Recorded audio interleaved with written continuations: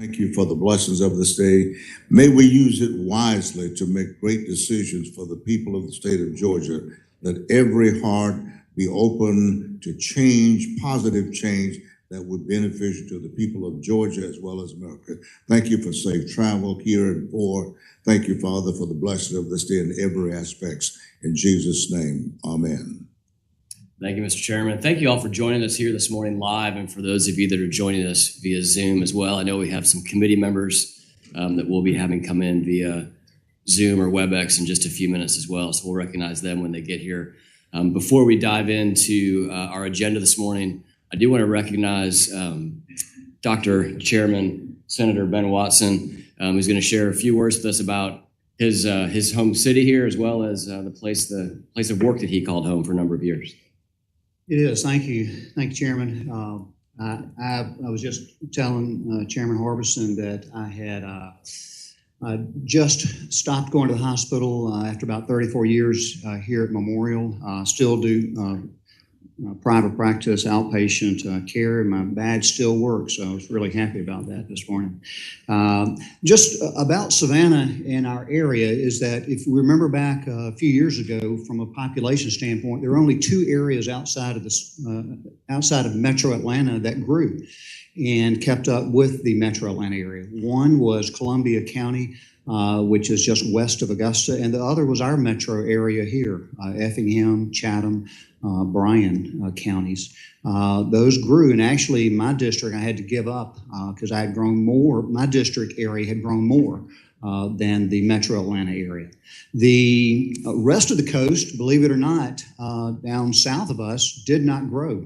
They actually had a little bit of a negative population from that standpoint. So a little bit of a clarification there. Savannah itself is booming from that perspective. Our tourism is about 14 million a year. About a third of those spend the night, a night or two.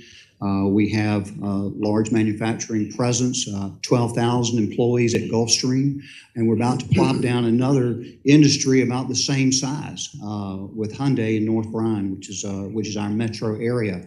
So that's probably, it's going to have 8,000 on site, and total of about 16,000 in our area. Go all the way up to Candler County, which is Metter, goes down to Liberty County. These are suppliers and tier one suppliers. Over to Effingham County and so forth. So the area from that perspective, manufacturing is a major industry. Everybody knows about the Georgia Ports Authority that goes down to Brunswick with the largest roll-on and roll-off facility in the nation. We are the third largest container vessel here in Savannah, specifically New York, New Jersey, and LA, Long Beach is larger, and we're number 3.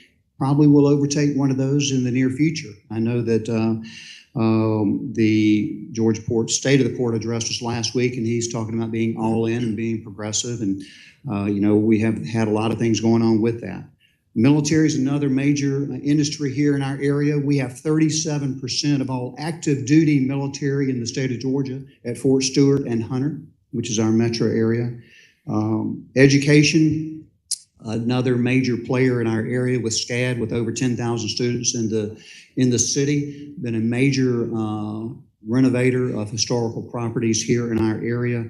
Of course, Georgia Southern Armstrong with the medical school coming on board in the near future, and maybe more in the future relating to that. And then Savannah State, of which the Lieutenant Governor is touring here in a few minutes, and is a very important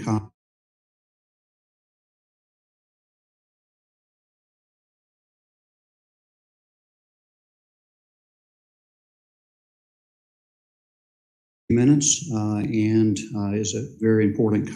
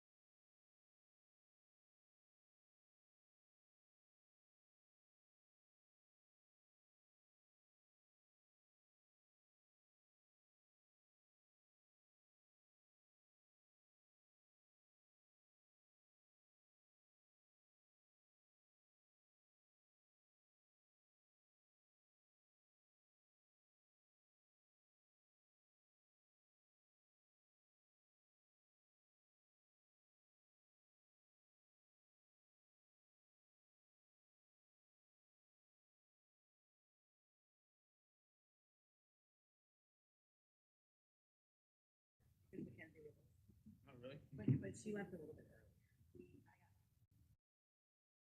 It made me think for you. Not at all. It's often you get that. That, yeah.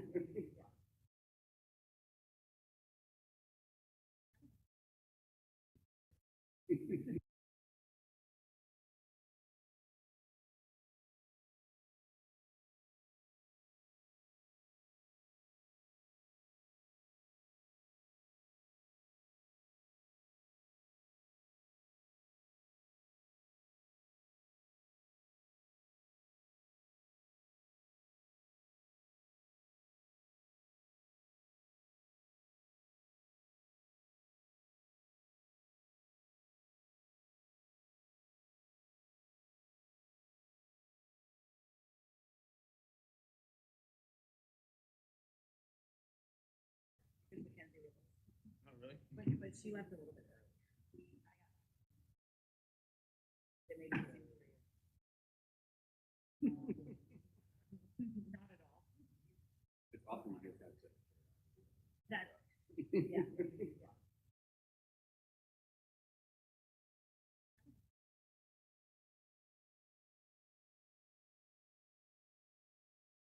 Mackenzie was.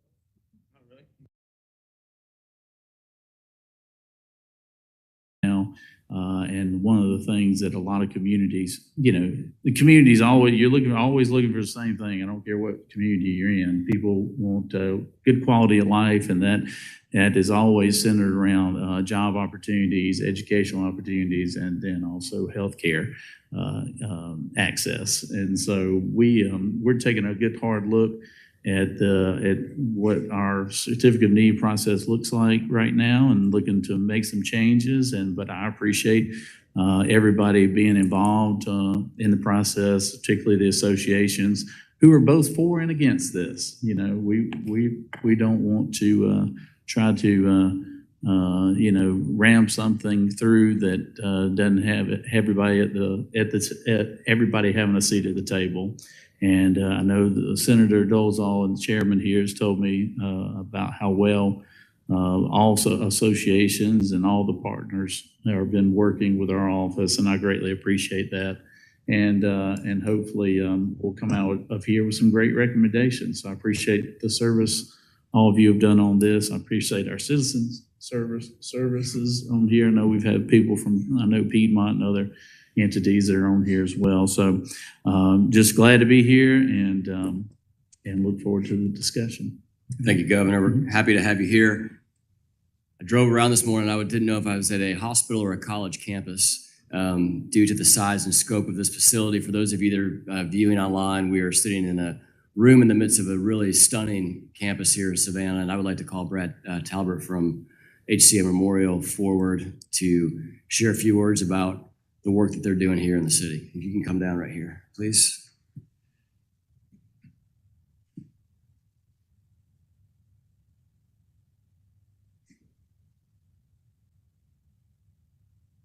Well, thank you, Senator. Appreciate the committee being here today. Welcome to Savannah. I can't say anything more about our area than Senator Watson did. That was a great Chamber of Commerce speech, and so I'll let Burt Brantley know that his job may be on the line if things don't work out in the Senate. But no, Burt's a great friend of the hospital and doing great things for our community since he arrived earlier this year. But Memorial Health, as you touched on just a moment ago, is a significant player in the healthcare space in South Georgia, but also an economic factor in South Georgia. And I think that's important for the committee and the folks watching online to understand. Last year alone, we treated over 280,000 people for some sort of healthcare condition across our various healthcare offerings. And so we truly do serve South Georgia. Our service area is 35 counties. And predominantly, obviously, Chatham County and our close surrounding counties, but we reach out as far as 35 counties. Level 1 trauma center. We have a 92-bed level 3 NICU, the only level 3 NICU in South Georgia, the only dedicated children's hospital in South Georgia, with the opening of the Children's Hospital of Savannah just a couple of years ago.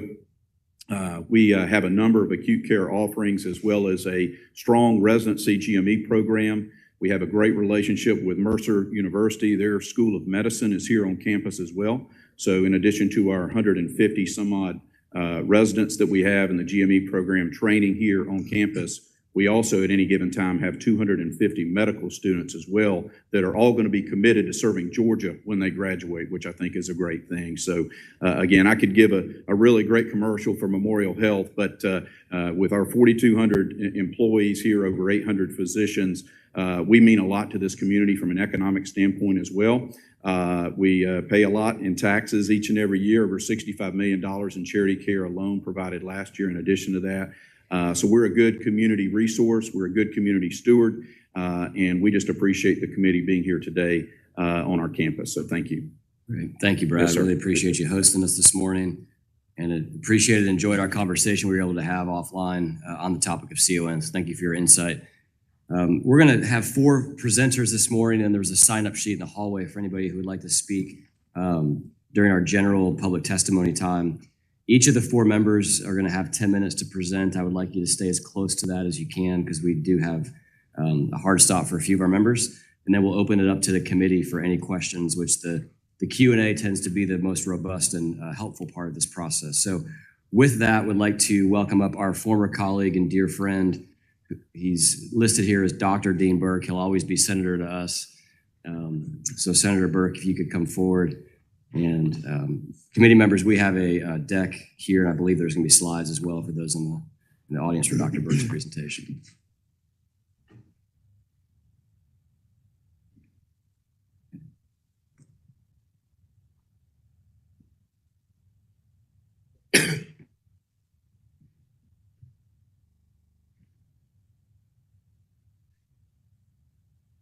Good morning. It's good to be with y'all. It's great to be in the wonderful city of Savannah again. As the CEO of the hospital was talking earlier, it brought me back being to the summer of 1980. I was a medical student doing a senior surgery rotation here on this campus. And what I got to do during that month would probably make a residency director cringe because, you know, if somebody came in with a laceration, this senior medical student stitched them up. They had a broken bone, we worked them up. And I'm afraid some of that's been lost as we've taken more care to protect patients, which is obviously very important, but we've also lost a little bit of the training aspect of being thrown in the deep end of the pool. But I really enjoyed my time here. I want to bring greetings from Russell Carlson, the commissioner and department. We've been asked to present a brief overview today of the DPP program, Directed Payment Program, to make sure people are up to date on the changes that have occurred since that was implemented over the last couple of years. We had several sessions with the legislature, educational sessions last session to try to let people know what it was about. But now that we have more data coming in and we're required to report every year to CMS the quality aspects and update them on this, because this isn't, unlike a lot of programs, it's required to be updated annually.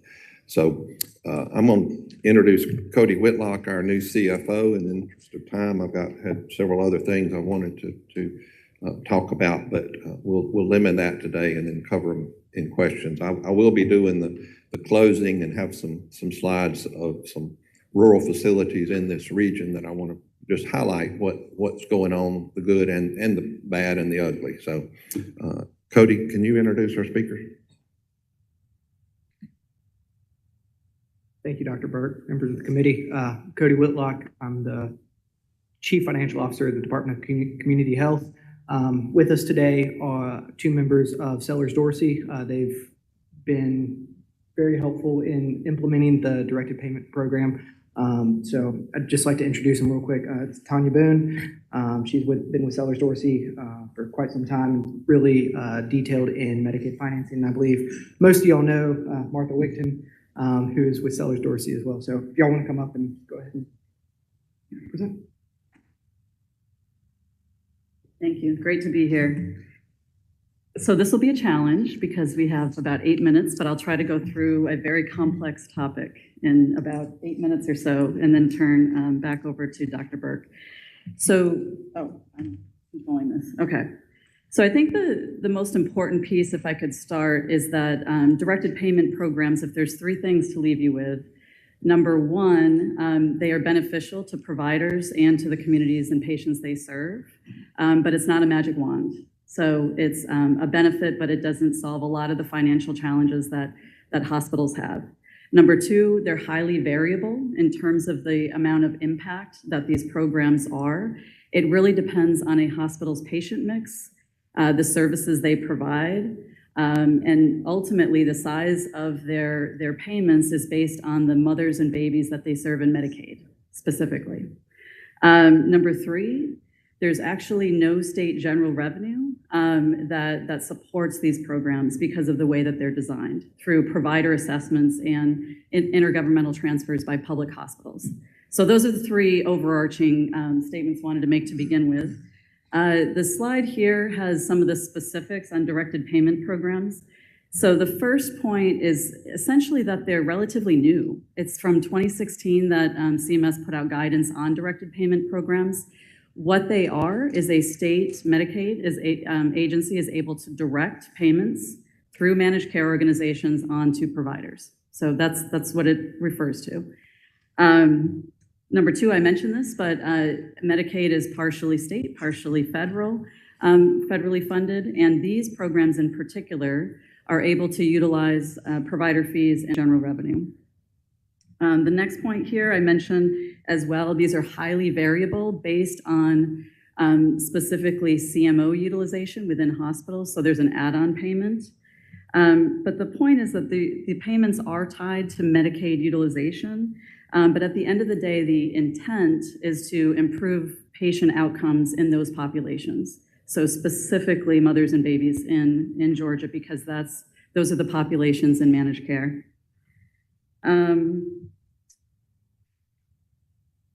There are essentially 5 programs that DCH in the state has worked on over the last few years, and we're going to go through some of the specifics on those. So ultimately, directed payments are meant to support the policy and goals of the state. So you can see here, improving health services and experience and smarter spending. Overall, there are several programs that work in concert with each other.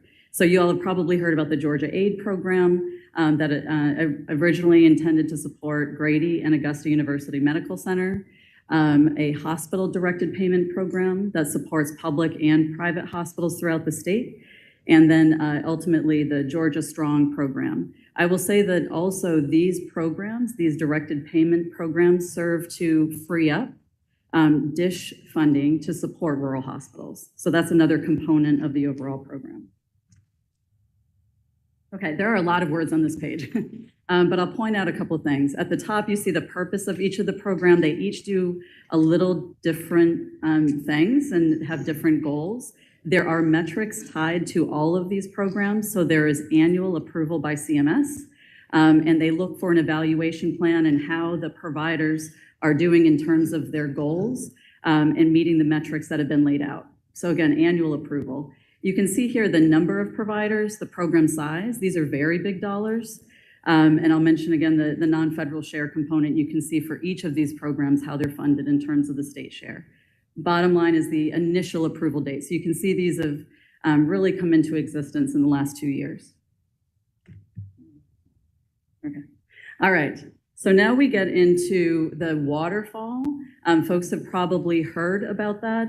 The idea of this DPP as well is that there is new funding available that then can offset and allow for increased DISH dollars to flow to small rural hospitals. So up at the top, you see essentially how things looked back in 2022, which is that $493 million are available to Georgia hospitals for DISH funding. And there was a set amount that would flow to the small rural hospitals, and that was $76 million. The urban and non-small rural pools, essentially the remainder of the pool flowed to them. So in 2023, this looks different, and you'll see some of the graphs coming up here. But essentially, the size of the pool increased because of primarily inflation. But now what happens is the state decided to move forward with a methodology to completely fill the uncompensated care costs for Medicaid specifically for the small rural pool. And the remainder then flows to the urban and non-small rural pool. Okay, in terms of how the calculations are done, each program is a little different. The Georgia Aid program is an individual average commercial rate. There are dollars at risk, so about 10% of dollars at risk. The Georgia Strong program is a uniform percent increase, but 10 to 20% of those funds are reinvested specifically in workforce activities. And this was something that DCH and the state really looked to hospitals to be able to report out where those funds are invested. And a lot of the providers are investing in partners as well, community colleges, and working on workforce challenges. On the bottom, I just wanted to point out the estimated impact ranges. This gets to the variability, so you can see some hospitals benefit quite significantly, but there are about 53 hospitals that benefit between $15,000 and $1 million a year. Okay, these are some of the questions that have been raised previously. I'm actually going to skip over this and just point out the formula at the bottom here, and so that we can get into some of the examples. But essentially, the important part of uncompensated care costs is there is a formula, and it's essentially Medicaid costs. Then you subtract out all the Medicaid payments, including directed payment programs. So it's Medicaid shortfall. So essentially where Medicaid costs, the cost of providing care, exceeds payments. So that's your Medicaid shortfall. The remainder is uninsured costs minus uninsured payments. So that essentially, that dollar amount is the amount of DSH that you can receive, that a provider can receive. It's also referred to, I try not to use a lot of acronyms because there's a ton of them in this space, but HSL is hospital-specific limit. So that gets to the total amount that a hospital could receive for DSH dollars. And the reason why that's important is because there was a change, as I mentioned, as a result from the directed payment programs to completely fill the HSL for rural hospitals. Now that is only for Medicaid shortfall and uncompensated care for uninsured and low-income patients. So what it doesn't incorporate in, and Dr. Burke will get into this, is bad debt.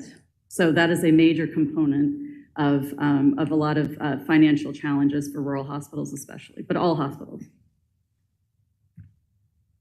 Okay, so this gets into the DSH and uncompensated care costs in terms of the total amount that existed in 2022 versus 2023. So you can see there's a big change from the small rural pool, which still had $99 million of uncompensated care costs, again, as defined by Medicaid, and the urban and non-small rural, which was $1.5 billion. Now, moving forward to 2023, you can see the impact of these programs. $0 in terms of paying the small rural pool up to what they can receive for Medicaid uncompensated care cost coverage. Well, that's DSH. Again, I'll remind folks that there's also the component where a lot of the hospitals pay through their hospital authorities, and as a public hospital, they pay an intergovernmental transfer. So you'll see that in the next slide as well. And you can also see that uncompensated care costs greatly reduced for the urban and non-small hospitals. Okay. This is, Dr. Burke will actually go through the impact specifically on some of the small rural hospitals in the area.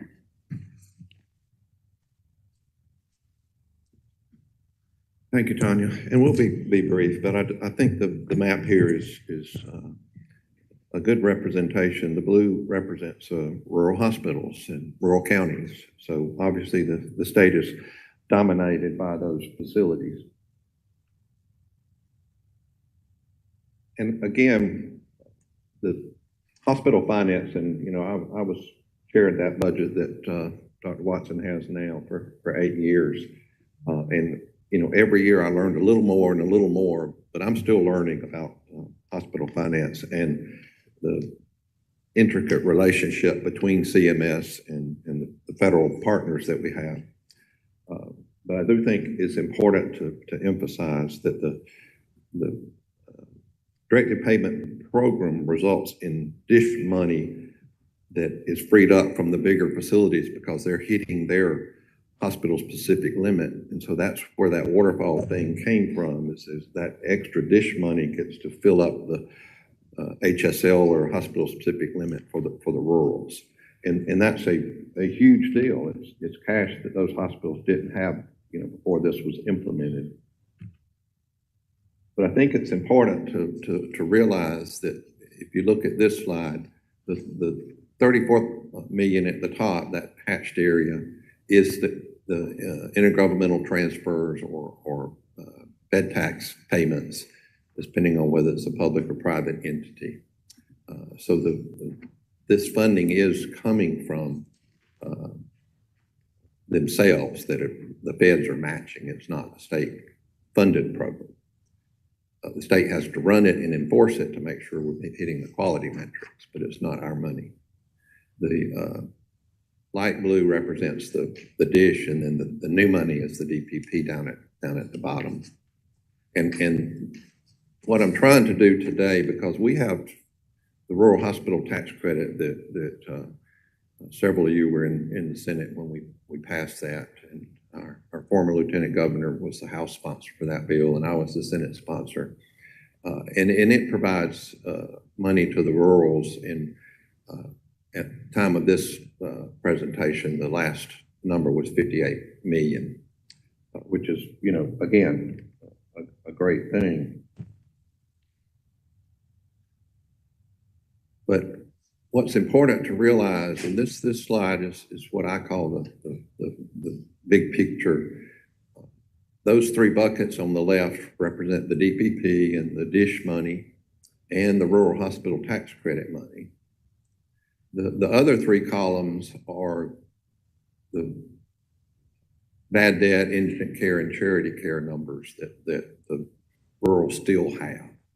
So I think it's real important to understand that while that extra $30 million down at the bottom is great for those facilities, it doesn't come anywhere close to making them whole from the standpoint of their financial struggles. And these dollars or these numbers are presented every year. Have the rural hospitals to participate in that rural hospital tax credit, they have to produce audited financial statements. So these numbers are coming from that program because they have to keep at least a 10% shortfall to be eligible for that rural hospital tax credit. And the question was, okay, would DPP make a big dent in making those people not be eligible anymore because financially they're whole, so to speak? And the numbers bring out what the rural hospital CEOs tell us all the time. Before DPP, their indigent care, charity care, and bad debt was about represented on average across all the hospitals, about 34%. And after DPP, it's down to 31 to 32%. So while it is a new money for rural hospitals that are desperately needed, I think these slides represent well the fact that the other programs that we're providing rural hospitals, whether it's the rural hospital stabilization grants that are out there, the rural hospital tax credit, all of these programs are necessary. And I would argue, as someone who spent the last 30 years working in a rural hospital and the last 10 being an executive in one, we have a lot more work to do to stabilize those facilities if we want them to remain open and provide a safety net for those people that are living in rural Georgia. And these slides here are just representative of the same thing that I won't go into because of time, but I did want to show a couple of slides showing the actual facilities in this region. This is one from Liberty Medical, and as you can see, their bad debt represents $17 million. A huge number that a lot of people don't realize. Evans Memorial. I think they're here in the room. This is their numbers, again, very similar. Phoebe Sumter, and this is for Freddie Powell Sims, who's not here. Senator Sims is always interested in her healthcare facilities. We had a number of conversations about that on the floor of the Senate. And again, this is the Phoebe's facility in Sumter County, Americus, which is not too far from Senator Harbison's neighborhood, a little bit south of there. But again, showing the same picture. And then Miller County is another one of Senator Sims. Miller County is unique in Georgia. They have a program where they do respiratory support, ventilator support for patients that are on long-term ventilators. And their facility is, from a financial standpoint, although you can see they still have issues, they're probably in the top tier of stable rural facilities based on their program that they've developed. They actually have patients there from all over the country that can't find a place to serve these patients that are on long-term ventilators. In Mitchell County, again, another facility in Senator Sims's district, and she's got a lot of rural counties, so she's got a lot of rural county hospitals that she runs. So that's the end of the program, but I do want to answer questions, and I know this is a CON hearing, and the department is ready to implement whatever the legislature and the governor decides at the end of the day on what needs to happen. We want to make sure you have the facts is it in regarding to the management of CON, which is the Department of Community Health's statutory role. We want to make sure you're making decisions based on good, solid information and ready to partner with y'all in that regard. So be glad to answer questions, Mr. Chairman. Thank you, Dr. Burke, and recognize Senator Kirkpatrick. Thank you so much for trying to simplify a complicated issue. And you may have to dumb it down a little more because I'm an orthopedic surgeon. So when you refer to bad debt, does that include amounts that are not paid by insurance that are billed? So in other words, deductibles, copays, things like that. Is that included in that bad debt? The bad debt number, and again, I'm not, the expert on the financial side. These folks over here probably can help me with that. But, we know that even if you have the best insurance, there are dollars that the patients are responsible for. So these would be dollars that the patient's responsible for that they're not paying, whether it's copays, deductibles, non-insured, whatever, all goes in that same bucket. Okay, and then just to follow up, I've been looking at the GDAC dashboard on charity and indigent care. So now I'm really confused about the uncompensated care. I'm not sure how those definitions all fit, because I don't know if everyone understands the formula, because when I'm looking at it, it's all over the map in terms of what different hospitals are doing. So maybe I should ask the hospitals when it's there. Well, yeah, and they can speak for themselves, but it is complicated, and all of these formulas are truly can be different. So you have to really dig down to be sure that you're comparing apples to apples, and when you get these numbers. And I think that was a lot of the confusion last year about, not last year, but during the last session, about the uncompensated care being made whole. It is for Medicaid. So Medicaid as a program is generally 70% of Medicare rates.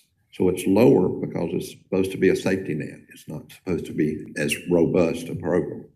But most facilities, and again, some of them are here, will say that they lose a significant amount of money on a Medicaid patient when you add up all of their costs.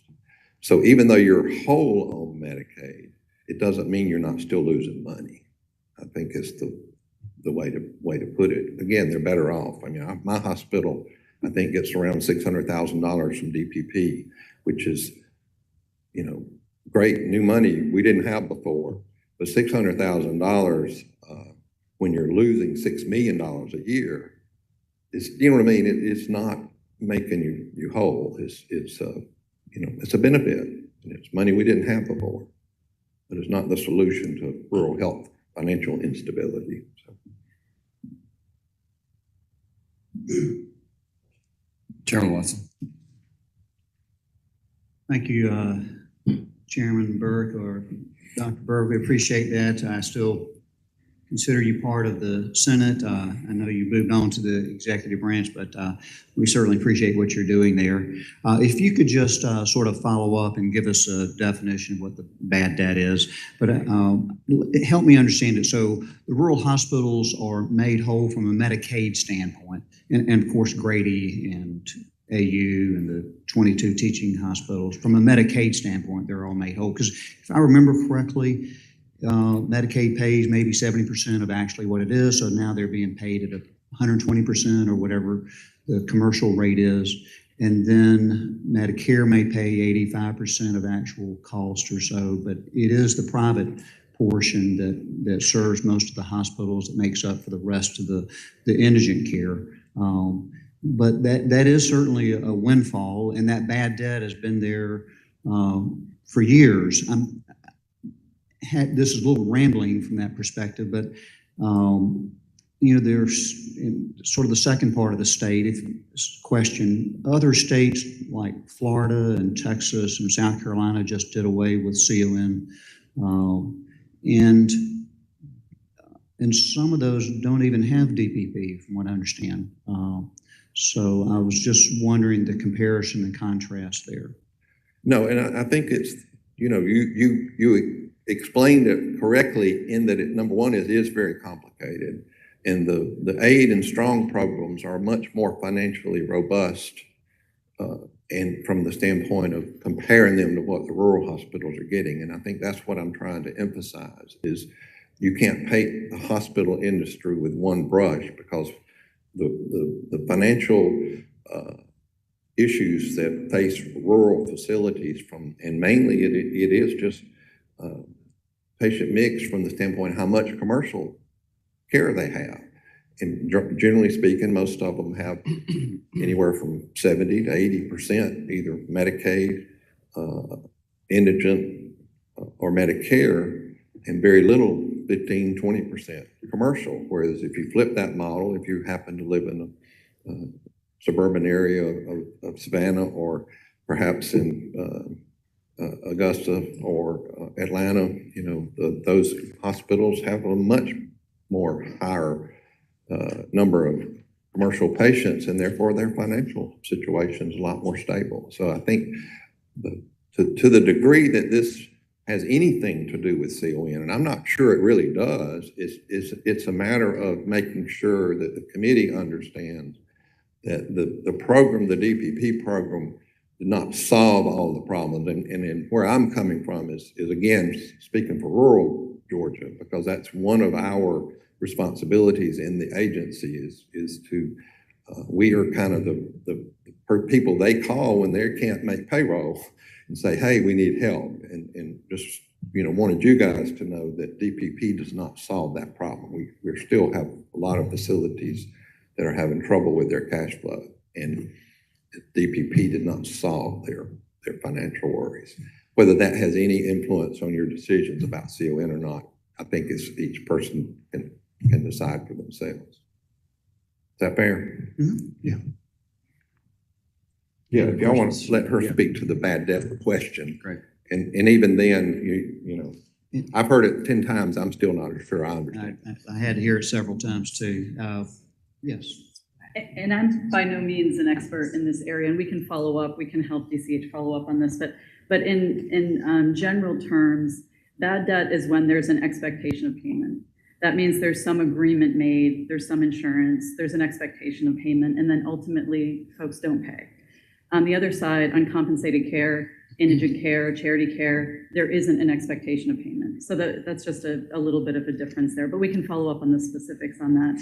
I also wanted to answer the question on Florida and Texas. They actually do have pretty large directed payment programs. They're relatively new, but they do both have I think they're both in the $3 billion range now for Texas and Florida, just to give you a sense. And our number is about, what's our big number?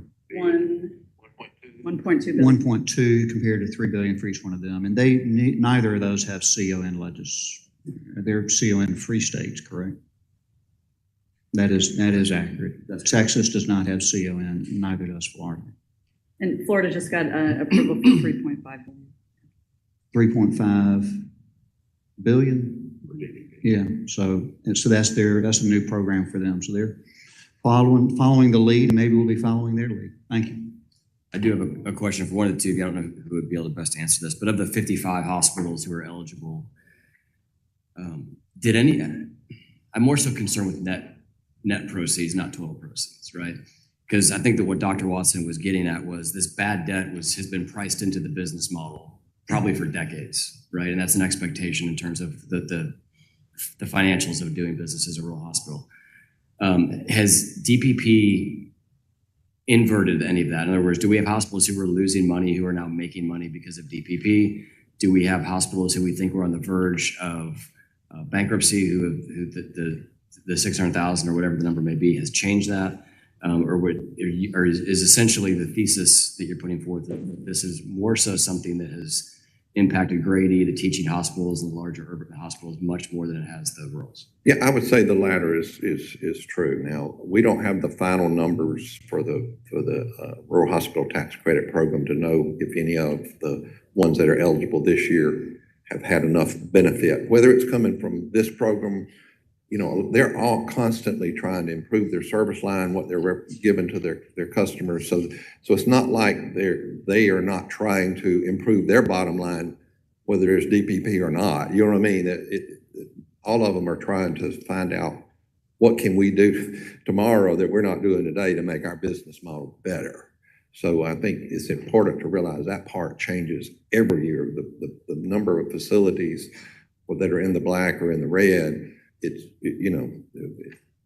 wiggles and wobbles. I mean, it's not the same constantly. I would say that's probably, again, a little different for those hospitals that have better payer mix that are kind of every year they're going to make some money. In the rurals, they're much more sensitive to what might be going on. I mean, if you have a facility that's doing a loss leader and charging almost nothing for MRIs 30 miles away, then that may be the only service that this rural facility is actually making a margin on. All that goes away, and all of a sudden they go from being in the black to being in the red, overnight almost. So I think it's important to realize that we will do the math and we will determine how many of those 55 are continuing to be eligible. But the margin by legislation was 10%. So they have to be over that in their uncompensated care, indigent care. Those three buckets are what we measure. We add them together, and that's the threshold, is that 10% number. And I'm fairly sure if we have any that are moved into the not be eligible for that program, then it'll be just a couple.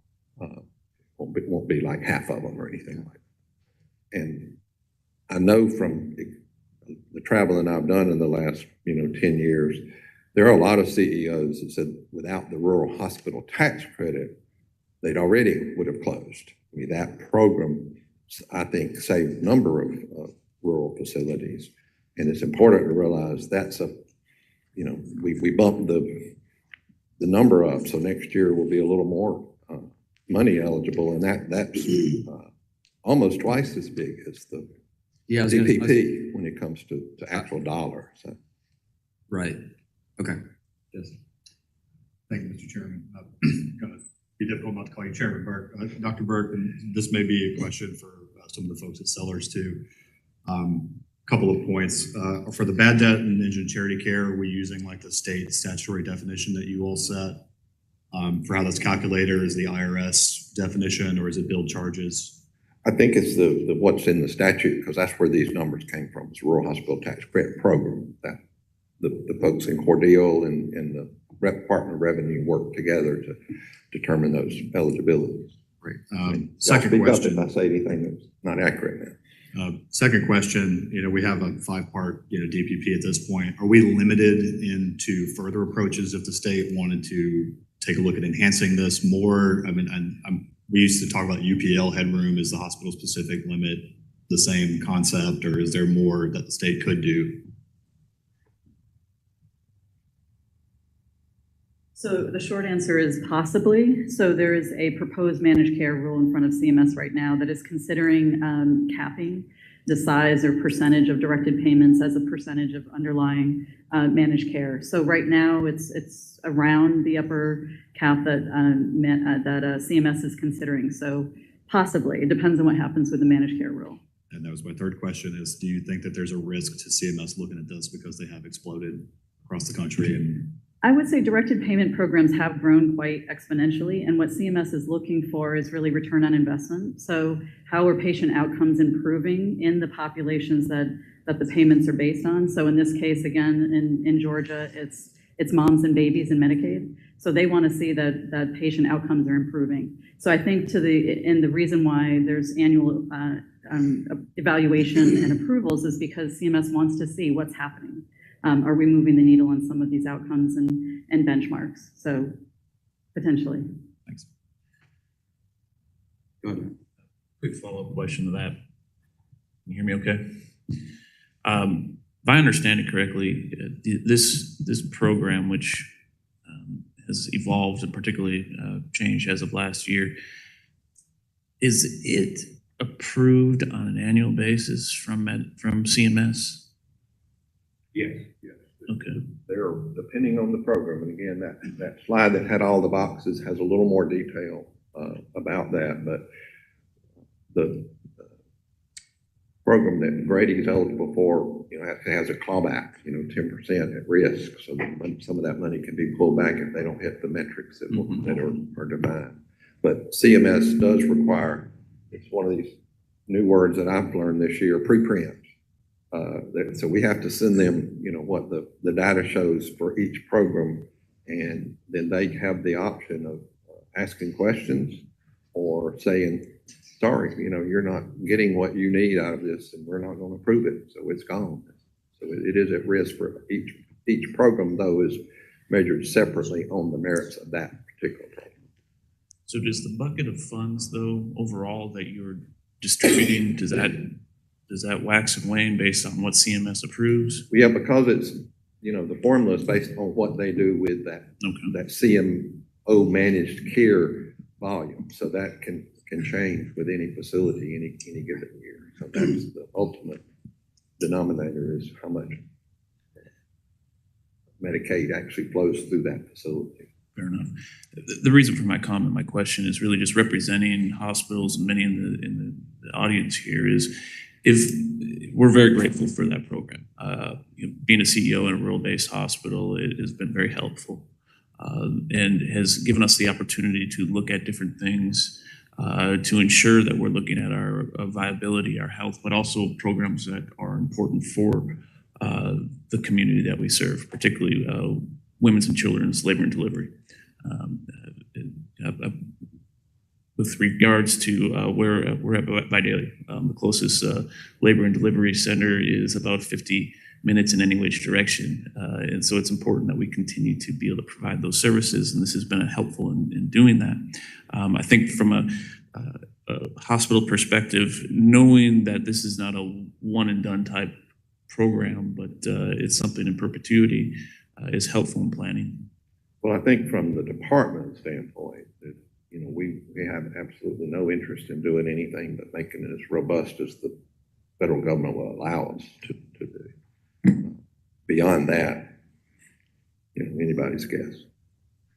I recognize Chairman Watson for one last question, and we're going to the next item. Sorry, just to follow up, the clawback for Grady and MCG that's a quality metric, isn't that right? And then the clawback from rules is on workforce development, if I remember correctly. Well, that's the measurement. And but isn't that a good thing that the federal government's doing? Requiring quality for this windfall and requiring workforce development. Isn't that sort of what we want to do? We want to stress quality. I think and workforce is important too, especially in the rural areas. As far as where I come from, I think it is very, very important that we shift as much as we can to So, reimbursement. So there's no problem from where I sit on I those mean, issues. from a So- physician or patient standpoint, I would want that to be quality driven. You know, shame on us or them if you can't deliver the quality and the workforce that you're asked to do, because those are both needed in your hospital and in your community. So renewal would be based on what you're actually doing, you know, for your patients. No, and if we implied anything otherwise, it was not meant to be. It's just that this is different because most plan amendments that we submit are for 5 years. I mean, that's a little different. It is. It that you sounds different. renew it Sounds- every year. So Sounds almost, yeah, I mean, sounds good. Yeah, I mean, that's a good thing. I would certainly not want to hear any complaining about that.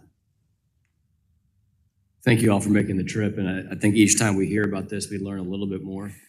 So it's helpful to see this. Thank you for putting this packet together. I'm going to give it a study as well. Thank you. we're open for any written questions or anybody that needs any further information. Make sure you just let us know. Thank y'all. Thank you guys so much. I'm going to recognize Katie Chubb, Augusta Birthing Center next.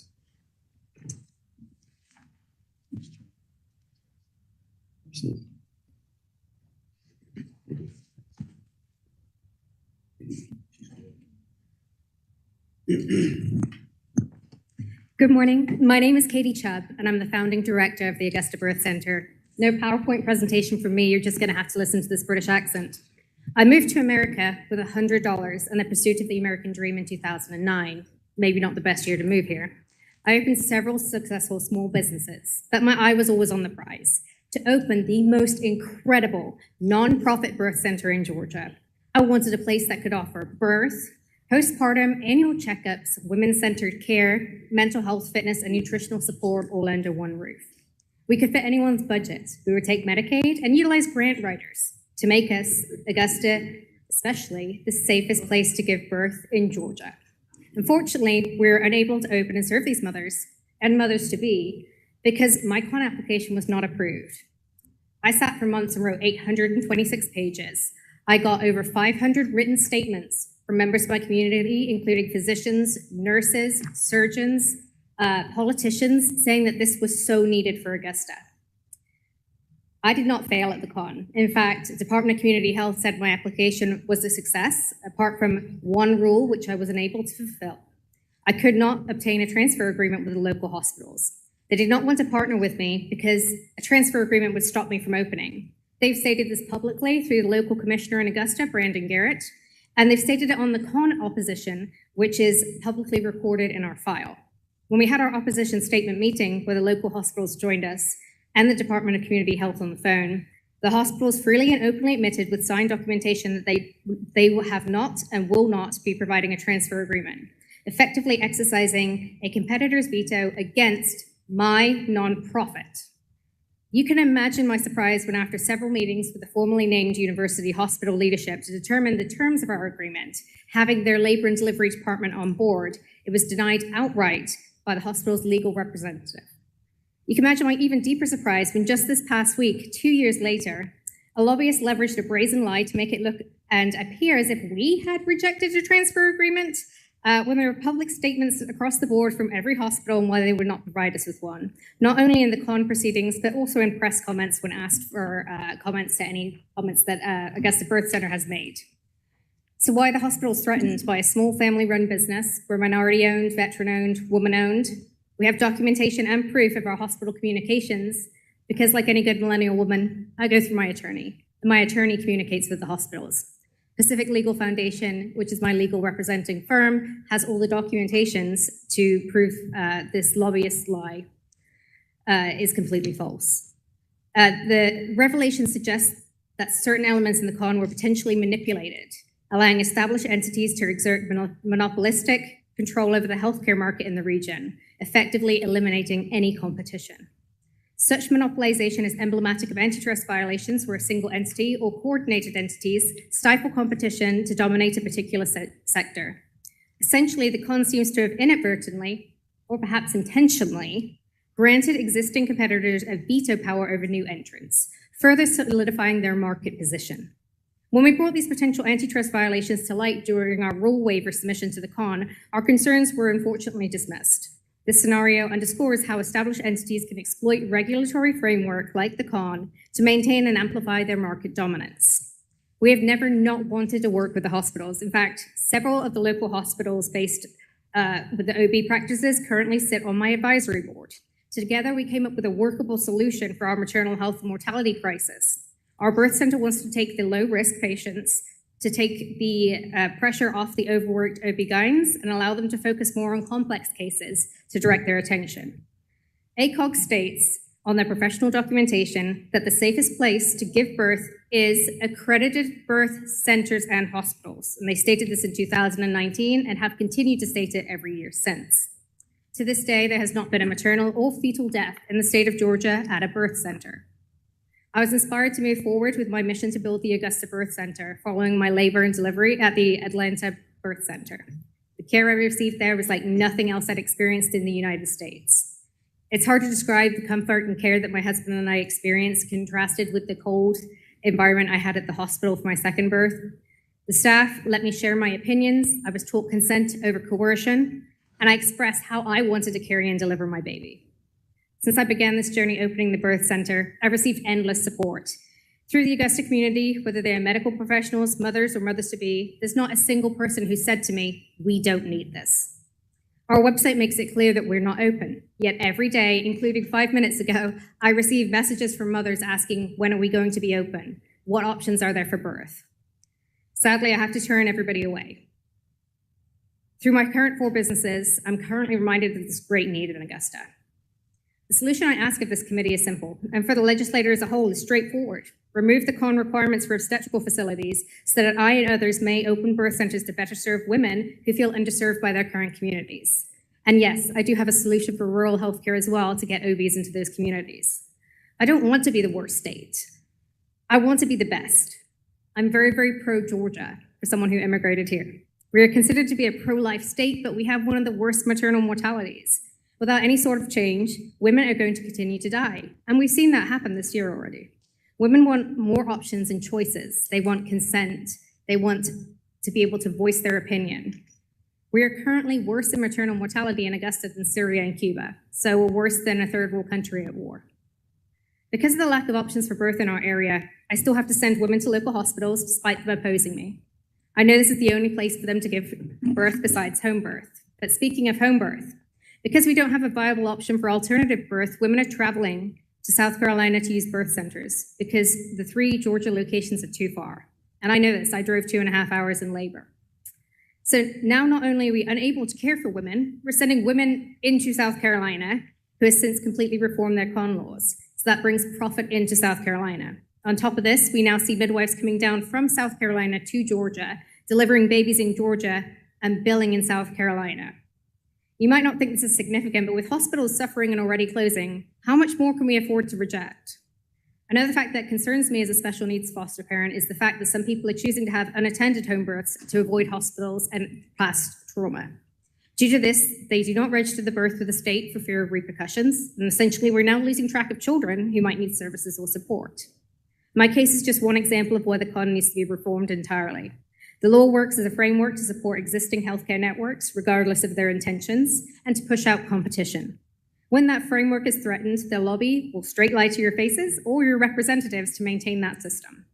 If you want to improve the healthcare in rural communities of Georgia, $1 billion hospital investment into every one of them isn't going to help, as evidenced by the 15 hospitals that have closed in the past few years.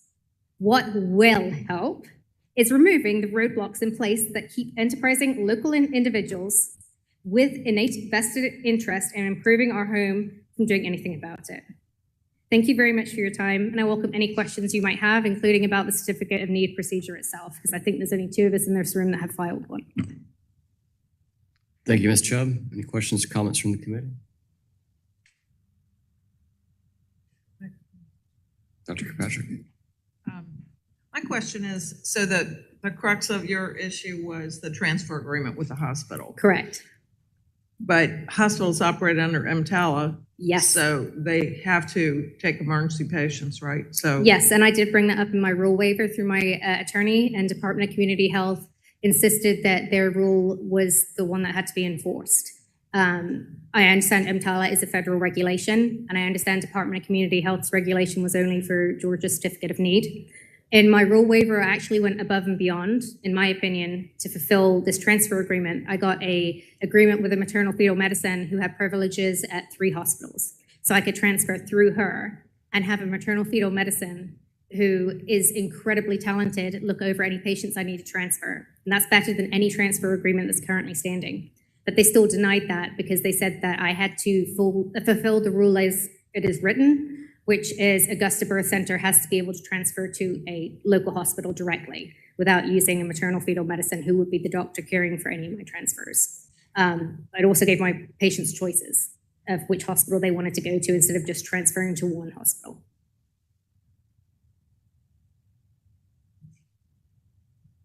See no other questions in the committee, Ms. Chubb. Thank you for your testimony. If possible, would you mind providing that in writing so that we can share that with the committee as well? Great, thank you. Next, going to recognize Anna Adams, Georgia Hospital Association.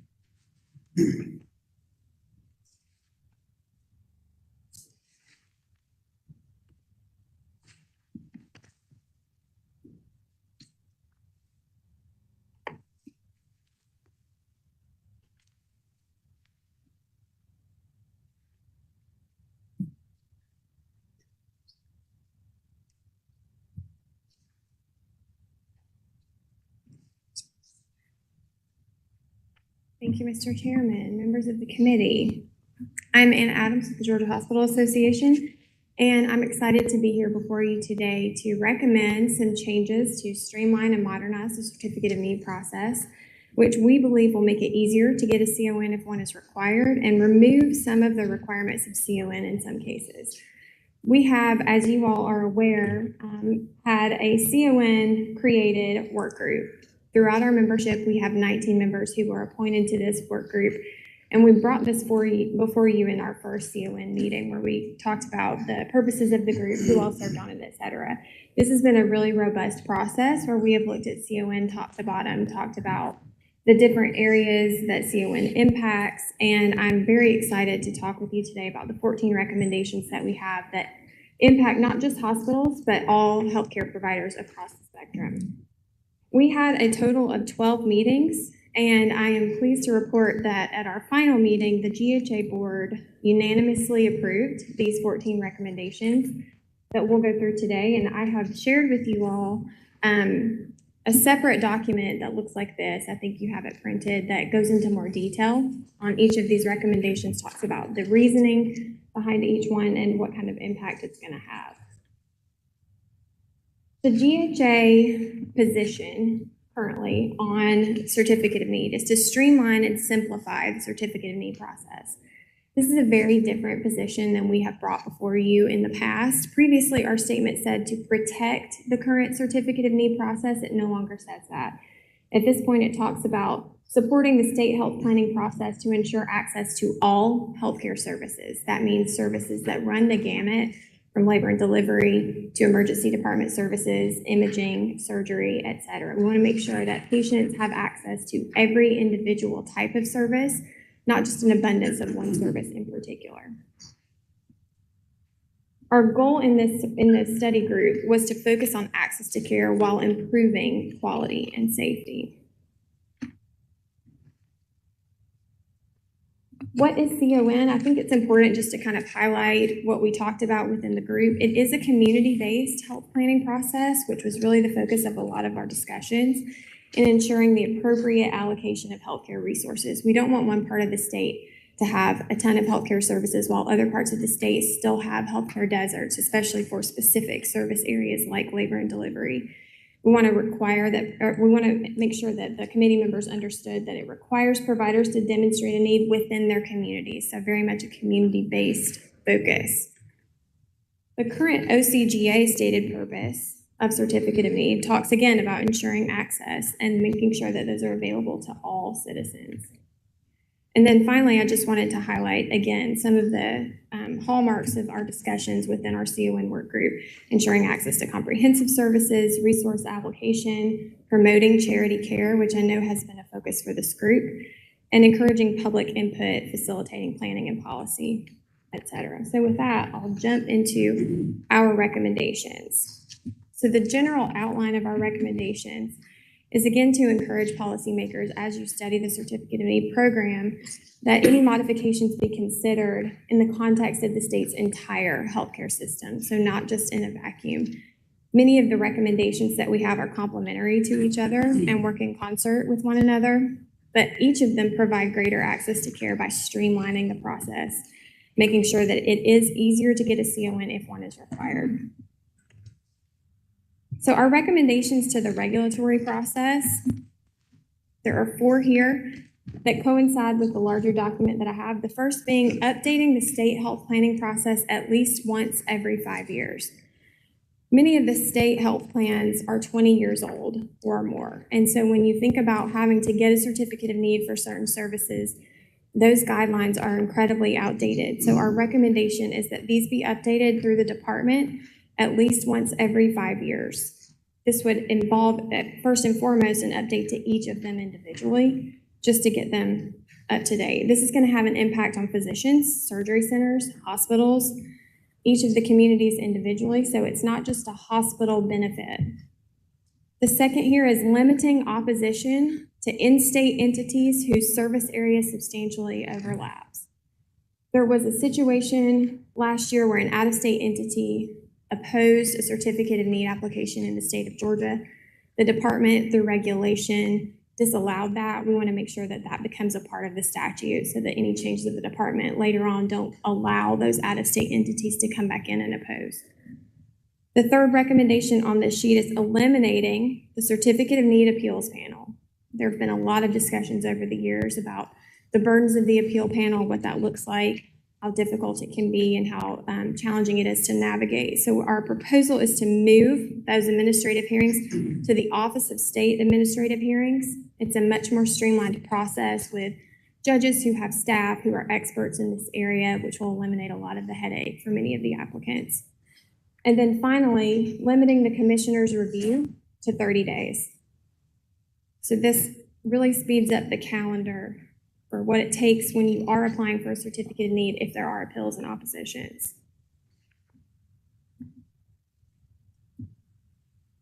Our second set of recommendations is pertaining to thresholds. The first is eliminating the capital expenditure threshold for certificate of need. This applies to all provider types for construction-only projects, which means that it would not apply to a brand new service line that requires a CON that you do not already have. However, if you want to do any kind of addition to your facility that is construction only, that expenditure threshold would no longer apply. So you would not be required to get a certificate of need from the state under this recommendation. Further, the second recommendation is to eliminate the equipment expenditure thresholds. It's the same premise as the previous threshold recommendation, only it applies to equipment. Again, this applies to hospitals, physicians, freestanding imaging, and there's a little caveat at the bottom that you'll see there related to imaging centers that were grandfathered prior to the 2008 legislative changes. There was a pretty robust certificate of need change in 2008 that carved out some of the imaging centers. This kind of streamlines and makes them all unanimous, or treats them all the same. Perinatal services is one of the recommendation groups that we had probably some of the most robust discussion within our CON work group. And we think that this recommendation is going to have a pretty substantial impact on maternal mortality as you all are discussing solutions in that area. So first and foremost, from a perinatal services perspective, GHA feels that increasing access to pre- and postnatal care in Georgia's maternity care deserts, really across the state, but specifically in those maternity care deserts, is going to have just as much, if not more, of an impact than certificate of need to ensuring that those women in those areas have access to those services. So increased financial support for obstetricians, certified nurse midwives, and family medicine practitioners is an important piece of this recommendation. It's not specifically a certificate of need recommendation, but these all have to work hand in hand in order for any of these CON recommendations to work. We recommend expanding access to telehealth services for maternal care services, and then optimizing scope of practice regulations to maximize access to safe and affordable care for women.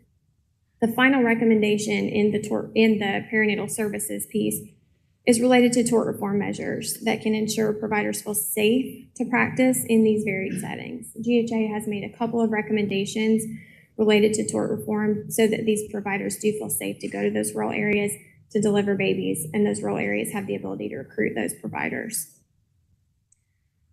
If those 4 items are addressed, then GHA recommends exempting basic OB services from the certificate of need process. This includes labor and delivery and nurseries that go along with them. That would apply to hospitals, and we would recommend revising the licensure standard to ensure that quality and volume standards are met with the CON exemption.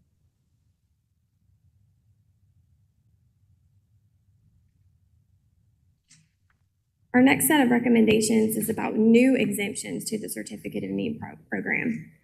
The first is expanding current exemptions to allow closed facilities or service lines to reopen within 24 months.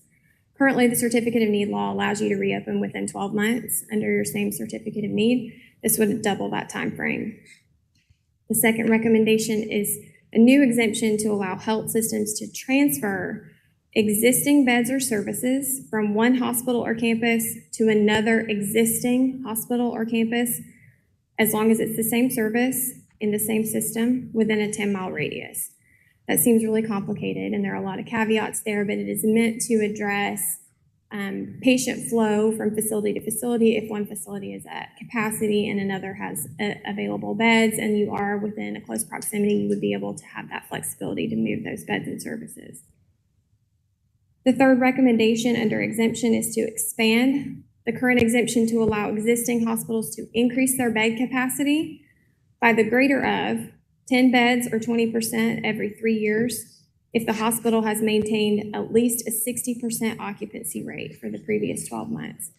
Currently, the percentage is 75%, and it's also a 2-year time frame. What we've done with this is made it easier to add more beds, but we've extended the time frame to reduce some of the burden on the Department of Community Health. We know that the department has a lot of applications, a lot of people coming to them for certificate of need and letters of determination, and so this kind of frees them up to manage some of the responsibilities that they have.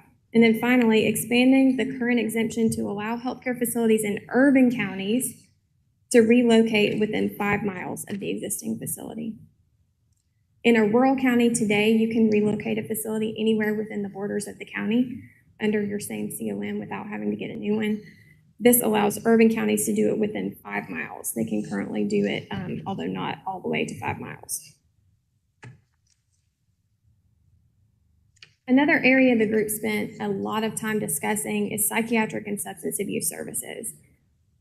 We maybe spent an entire meeting going through all of the various challenges related to psych and substance abuse, and not just for the hospitals who offer psych services, but for those who have emergency departments and see those patients in their ED setting. And so because of the robust and very complicated nature of how we offer psych services in the state of Georgia, we are recommending that any changes to psychiatric and substance abuse services be treated separately from the final certificate of need recommendations because they are so complicated. Psych right now is overseen in a dual capacity by both the Department of Community Health and the Department of Behavioral Health and Developmental Disabilities, depending on the facility type. And there are very robust challenges with how those services are being offered and what the hospitals are facing with regard to those patients and making sure that they have access to those services. So first and foremost, the recommendation is to expand access to crisis services to stabilize the behavioral health safety net. Under the Department of Community Health category in their responsibility, the recommendation is equitable access to services in Medicaid fee-for-service and managed care programs because they are treated separately. Enhancing Medicaid payments to fully cover the cost of care. That includes patients who are sitting in an emergency department setting waiting for bed placement in a private facility or in a state-owned facility. and creating a new Medicaid-directed payment program, as you all discussed earlier with Dr. Burke, for psychiatric hospitals that are private. Under the Department of Behavioral Health and Developmental Disabilities section, we're going to recommend creating sufficient safety net capacity for crisis services to serve the needs of all publicly insured and uninsured behavioral health patients. These are the patient in periods of time in hospital emergency departments without access to those psych services. Enhancing payments for state contracted inpatient psych beds to fully cover the cost of care, and establishing a direct funding mechanism to reimburse hospitals for the cost of boarding behavioral health patients in the emergency department and transporting patients to emergency receiving facilities. Once the behavioral health safety net is stabilized, GHA will recommend a new exemption for inpatient psychiatric and substance abuse beds, provided that those new or expanded beds be included in the DBHDD inventory to treat uninsured behavioral health patients in crisis, which means that if you were to get a certificate of need exemption for those new behavioral health beds, the state include those beds as an option for patients who are uninsured to be able to be transferred to while the state pays for those services in those beds. And then our final recommendation is related to the statutory organization. The statute has been updated multiple times since it was put into place, and it has at this point become very complicated. It's cumbersome. You've heard from a lot of people testifying, and I think there's a lot of confusion about what the certificate of need law entails, how to navigate it. And so our recommendation is to completely update Chapter 6 of Title 31 to streamline the statute, make it easier to understand and easier to follow. We feel that providers at this point may not apply for certificate of need because of the confusion in the statute. And if you don't have an attorney on staff who can help you navigate that process, it's incredibly cumbersome. And so we feel that rewriting the statute will really help with some of that confusion. So that completes our recommendations, and I am happy to answer any questions that you may have. Thank you, Ms. Adams. I recognize Chairman Harbison. Thank you, Mr. Chairman. Under your exemptions and recommendations, the closed facilities part of it, for instance, in Montezuma, Georgia, that facility closed, a regular hospital closed, and now serves psychiatric patients. This would theoretically, your first exemption point, within 24 months if they so desire to do so. Is that right? If a service line has been closed for 24 months or fewer, this recommendation would allow them to reopen without going through the same certificate of need process for the same service line. So for example, if there were a hospital who in a rural area happened to close their labor and delivery unit and it had been 36 months, labor and delivery is not a great example because we're recommending an exemption for that, but psych services. Then after the 24 period, you would have to reapply.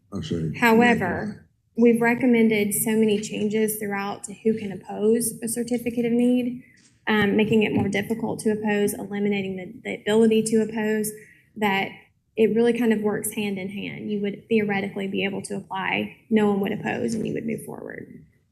And secondly, if I may, Mr. Chairman, that 10-mile radius would be dropped from 35 to 10. That's your recommendation on your second bullet point.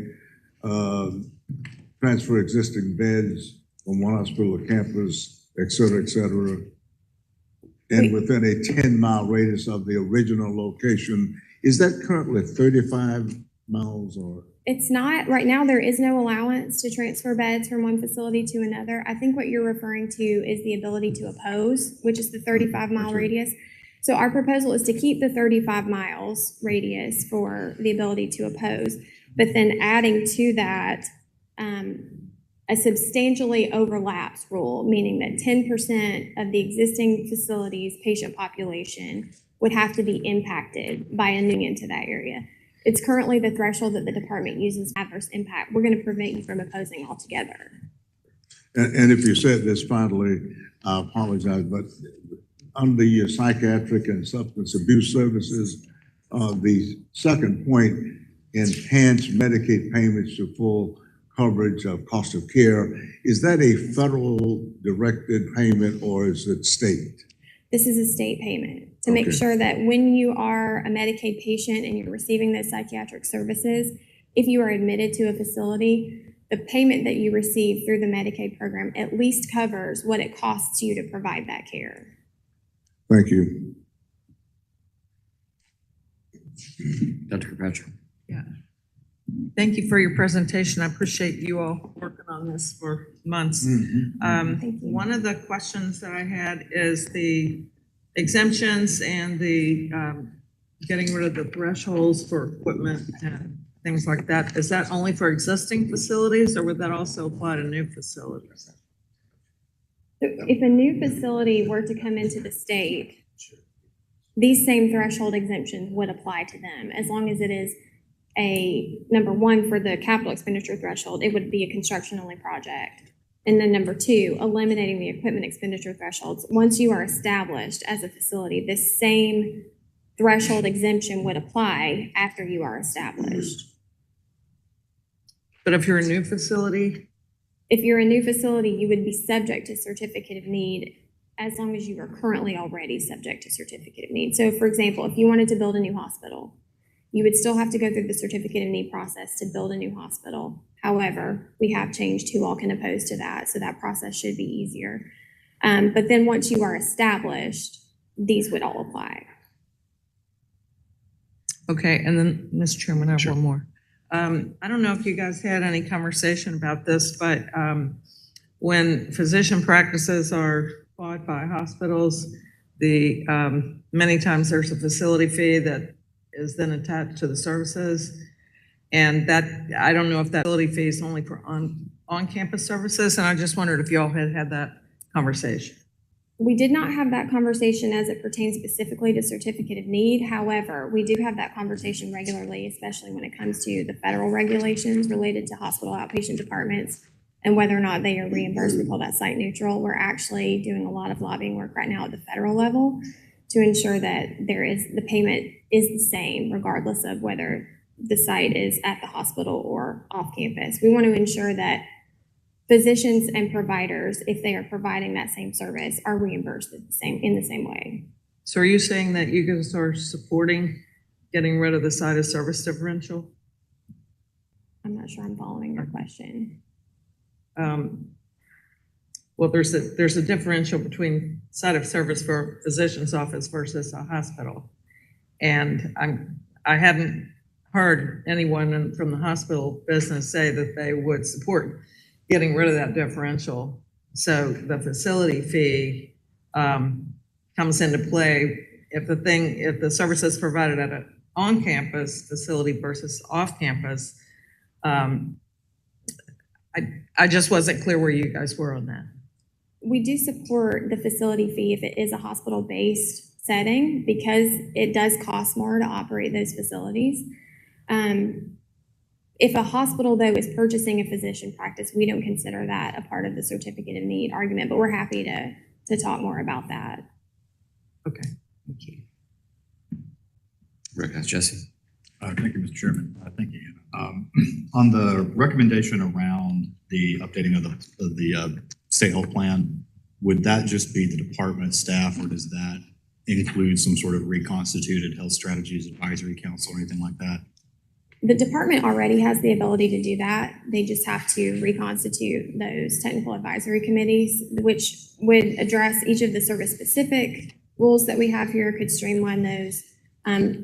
Theoretically could make it a lot easier to get through the certificate of need process, make sure that it's modernized. And a follow-up question, for some of these funding enhancements, particularly for the public patients, have y'all gotten any financial estimates on kind of what that would look like, even ballpark? Or? I do not, but I can tell you from a facility by facility perspective, those hospitals know what their costs are to treat those patients, and so we could certainly add that up. Chairman Watson. Thank you, Chairman. Thank you for presenting to us. From my perspective, I mean, we certainly have done a fair amount of legislation relating to mental health and and substance abuse and behavioral health. And don't get me wrong, I think that's been very important, and it's been vastly underfunded. But I do take a little issue with the singling out mental health as being, I think it says, create a new Medicaid direct payment for private psychiatric hospitals and enhance Medicaid payments to fully cover the cost of care. I mean, goodness gracious, I mean, I think Medicaid payments should fully fund the cost of care, and for us not to be, increasing, that funding, if we're only funding 70% of the cost, then that's just not really fair. Of course, DPB does help out with that. I get that, and it's helped the rural hospitals a lot. I got it. But we should be increasing reimbursement, whether that's for providers or hospitals from that perspective. So let me applaud you for asking for that, but I wouldn't single out psychiatric and substance abuse. I'd say for all levels of care. Going with the exemptions, though, I mean, why do we really care whether we have someone wants to put up a new hospital or add more beds?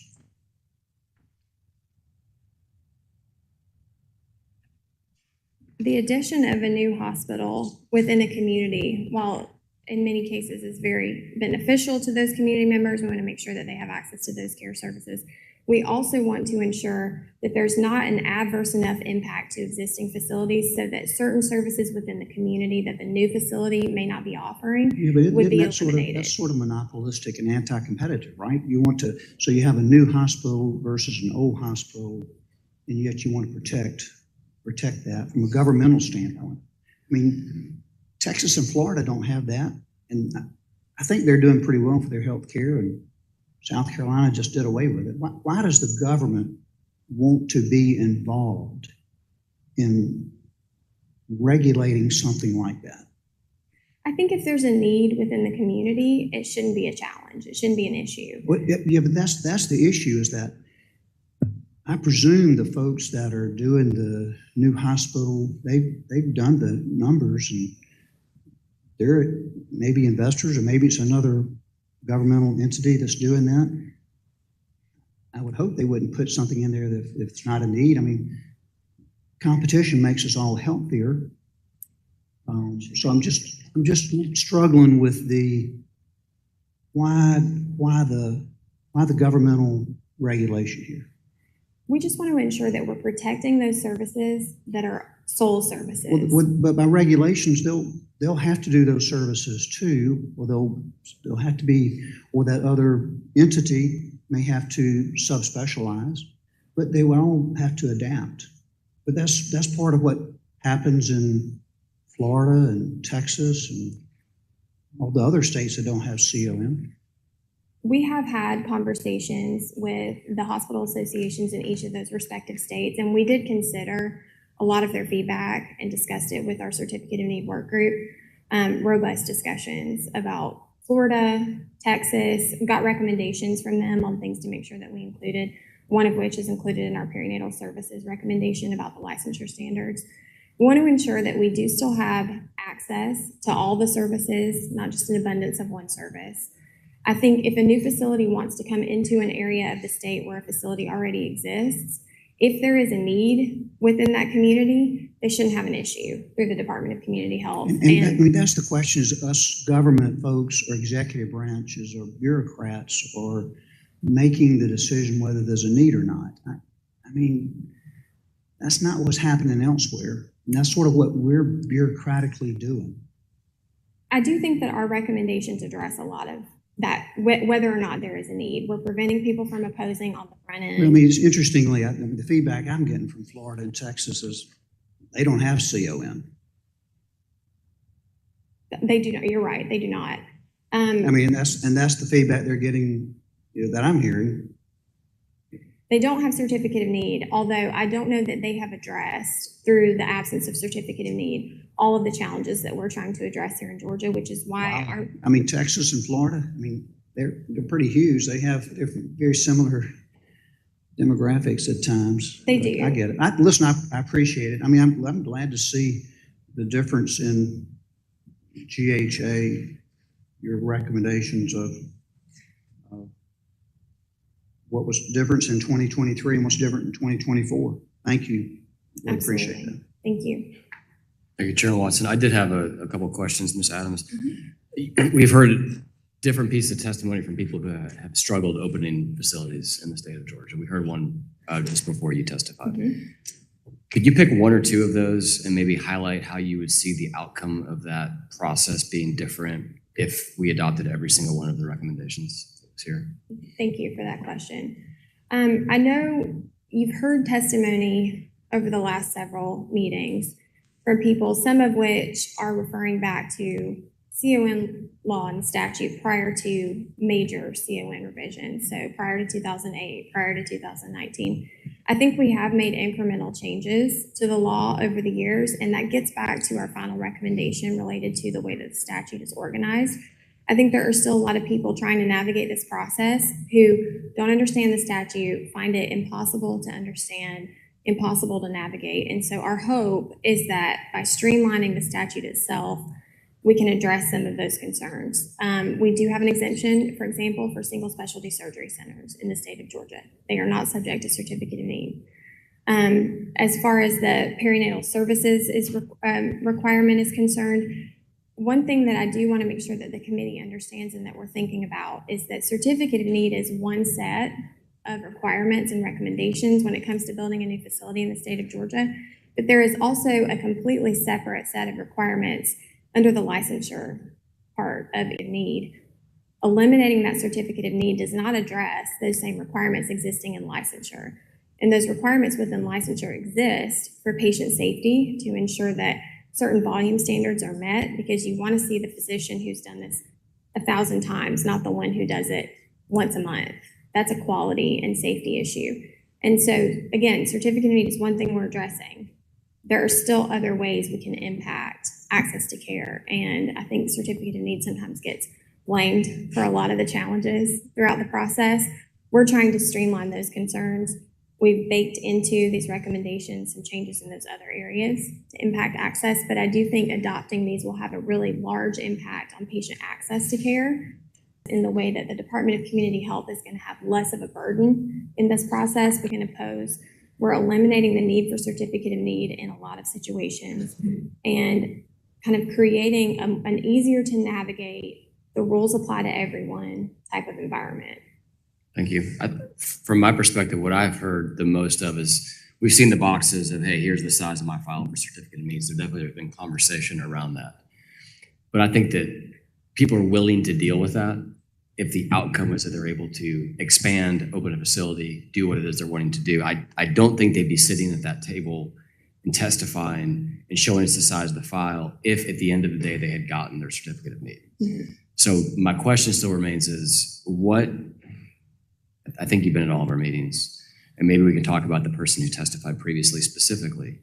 What would be a different outcome that we would see? Because the expansion things I'm hearing, that's all for people that are currently covered in their CON. And I'm specifically looking for the recommendations that may change outcomes for people who do not currently have a certificate of need. They're going through the process, that their experience will be different and that they will end up not standing at a podium someday telling us that they were not able to do something that they... And getting rid of the certificate of need process altogether. I do think that there are a lot of merits to the program. It does provide safety for those services in which facilities are losing money. We want to make sure we keep those. Emergency department services is a great example. Hospitals are subject to EMTALA, meaning they have to treat patients regardless of their ability to pay, and they do take a loss for those services. We want to ensure that the communities still have access to those emergency services. I think, having an emergency department within your community brings new business to the area, ensures patients feel safe to live there, work there, play there.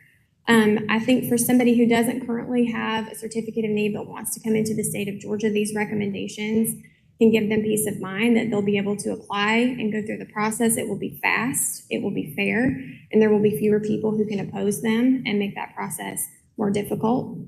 I think for some of the areas where we get a lot of pushback, people who have concerns, for example, perinatal services, opening up perinatal services to certificate of need so that you can offer that service within your hospital and just instead go through the licensure process, ensure that safety is happening there. That's going to streamline the process, hopefully bring services to rural areas, but again, includes recommendations related recommendation looks like. If you don't have providers within your rural areas, it doesn't matter if your hospital offers labor and delivery services because there's no provider to deliver in that location. So we want to draw providers to those areas. As far as the capital and equipment expenditure thresholds exemptions, there are hospitals that perhaps have a little bit of capital that want to add on to their facility, but maybe don't want to do it because construction prices continue to rise and they don't want to go through the certificate of need process because it's arduous. This gets rid of that. For hospitals that want to replace equipment, this ensures that they can get the most up-to-date equipment or add to their equipment inventory if they already have a certificate of need, so that you're offering that service to the community and it's state-of-the-art and it's cutting edge. And so we do think that this eliminates a lot of the things that people stand up and complain about and people have headaches about because of the way that it streamlines. Now, granted, we recognize that these are recommendations. This is a starting point. There may be others who come with ideas. Have you thought about this? And we're happy to consider that. We want to be at the table for those discussions and hear those people out. You provide for us, I know you and I talked offline about some of this, but not now, but at some point in the future, specifics around the tort reform measures that you all are talking about. I think bifurcation is one of those that you guys have talked about. I think that for me, if we go through all of this and the net is that people merely get their rejection faster, I don't think that that's a win. But that the hospitals now, and I recognize you're advocating for the hospitals, but that the hospitals have the ability to, for those looking to enter the space, to maybe even be disruptors in the space, to innovate within the space, to have a dream of operating a medical facility, even if they're not going to be disruptors or innovators. I think that we have to think about them. So I would encourage you, maybe if you give some feedback, to move the needle a little bit more, such that the net for new providers is not just that we have them get their rejection faster. Because we have heard a lot of stories, I think, and I want to be clear, I'll ask you the specific, I want to make sure I understand this correctly. As it relates to the previous testimony from Ms. Chubb, since she would not be operating in a hospital, this new perinatal exemption that you're proposing would not apply to her or people who are endeavoring to do these labor and delivery birthing centers that she's talking about. It would not. It is my understanding in that particular situation that the challenge here is a transfer agreement between a hospital and that facility. Transfer agreements are executed regularly. Many facilities have transfer agreements with more than one hospital at a time. That's standard practice. That's a patient safety and quality requirement. While that is a requirement within certificate of need, again, it is also a requirement of licensure. And so certificate of need aside, that transfer agreement requirement still exists in order for that facility to be licensed. For hospitals to not to not have that existing transfer agreement with a facility, they typically have a set of standards, safety standards in particular, that have to be met. And so it's possible something along that line of taking things off was not satisfied. I'm not sure. I'm not familiar with this exact situation, but we do in all of this still want to make sure that we maintain patient safety. Is there a compulsory requirement, though, as you understand, to provide a transfer agreement if the licensure requirements are met? Or is that essentially a quasi tool in the tool belt of hospitals to ensure that there is no competition that enters their... Hospitals know that in that situation, if there is an emergency, they're going to get the patient anyway. They're going to come through ambulance. They're going to come by a car. The purpose of the transfer agreement is to make sure that the patient is pre-registered at the facility so that when they come in, we know what you're allergic to. We know your approximate due date. We know if the baby is potentially high risk. All of those various things make for a safer patient experience should they need to come to the hospital setting. But So if I'm a hospital, am I compelled by statute, if they check the boxes on the licensure piece, am I compelled to provide that, or do I have the ability of my own will for any reason to say I'm not going to provide that? Usually, if they choose not to provide the transfer agreement, there's a reason. It's not, we just don't want that competition. There are a lot of birth. But there is nothing in current code that compels them to provide that if all the legal boxes are checked under the licensure. Not to my knowledge. Okay, thank you. Are there any questions or comments from the committee? Dr. Kirkpatrick? One of the things that I brought up at a previous meeting was in my district, many big hospital systems, and frequently they're in litigation with each other over, and you're representing all of them, sorry for you, but would anything in here help that? The part about moving the administrative hearings or something like that, is that what that's in there for? So that will certainly make the process faster. Right now, through the appeals panel process, the judges that staff that are not experts in CON. They are overworked. They don't have staff access to help them do research. And so the process gets dragged out. Going through the Office of Administrative Appeals makes it so that you have judges who are experts, who know this process, can do it quickly, are not asking for extensions. You hear a lot about people who say this took years and it just kept getting added on to. We think this will stop that.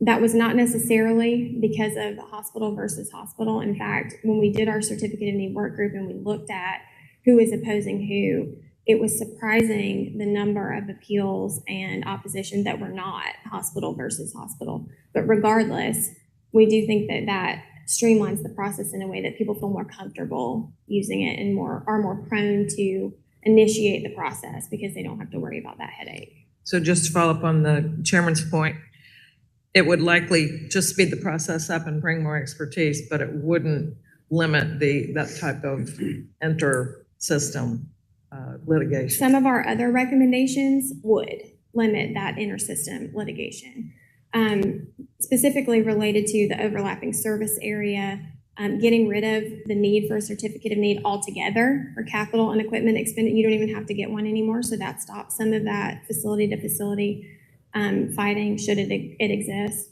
But that one alone does not fix it, but we think in conjunction with some of the other recommendations, it does. Recognize Matt. Yeah, just one follow-up. I'm going to come to Matt first, if that's okay. Sure. Thank you, Anna. Thank you, Mr. Chairman. Just a little bit of a clarification with regards to the exemptions. When with respect to current exemption to allow existing hospitals to increase bed capacity, curious, I know in the past it's been 10%, moving to 20%. Any specific reasoning why the increase or not just removing that altogether? We talked about both with the CON work group, and I think this is where the group was most comfortable expanding to. We think it allows hospitals to add beds faster should they need to. If the community is growing, there's a need for additional inpatient beds, ICU beds. We want to make sure, though, that we are still doing that in a way that the state knows it's happening and is aware, and other hospitals know that it's happening and aware. And so this creates kind of that notification without it going too far. And then just a follow-up to that. So with regards to who can contest, would it allow for facilities to contest services that they don't necessarily offer? No. The current certificate of need statute says that you must offer the same service in order to oppose a certificate of need. So this doesn't change that. That's still the case. What we've done is add to that. Right now, you have to offer the same service. You have to be within 35 miles. We are adding to that the proposed new facility or service has to impact at least 10% of your patient volume. So we're making it, again, one step further, even harder for you to oppose. Thank you. Chairman Watson. I'll be happy to defer to others if they have questions. I don't mean to do that. Just a couple of things. When we're talking about access, I mean, it goes both ways. I mean, a lot of hospitals have opposed, NICUs, neonatal ICUs, pediatric ICUs, pediatric beds, emergency room pediatric beds. I just have a tough time swallowing that. I really do. That's sort of difficult for me to understand. And that's sort of up close and personal here in Savannah. Access, again, the freestanding ERs that continually get opposed. And I'm getting back to monopolies and anti-competitive thoughts. And That's just maybe a comment relating to access. And then we'll circle back, give you a compliment in just a minute. The quality that we're talking about, rules and regulations and approval by the feds, CMS, this is not related to CON, right? Correct. Right. So from a quality and rules and regulations and approval by the state for any kind of facility, goes through rigorous checks. And not to mention, Jesse Wetherington's organization when it comes to insurance. To get paid, you have to meet all of their parameters also. And one of the most positive things that's come out of CMS has been their quality metrics, mainly with primary care, but also hospitals, which are lagging behind, unfortunately. But I would hope they embrace that, because what we're here for are our constituents and our patients, because that's what the bottom line should be. So I want to compliment you from a perspective that the governor, Kemp, has weighed in on relating to car insurance and the price of car insurance and tort reform, tort relief, because that certainly plays a role in healthcare and driving up the cost of healthcare. It doesn't necessarily improve the quality of healthcare. So what CMS is doing from a quality standpoint, whether it's with the directed payment plan or through ACOs, et cetera, that is a very positive move in the direction. I'm glad to see GHA weighing in, hopefully heavily, when it comes to tort reform and tort relief, and that is much appreciated. Thank you.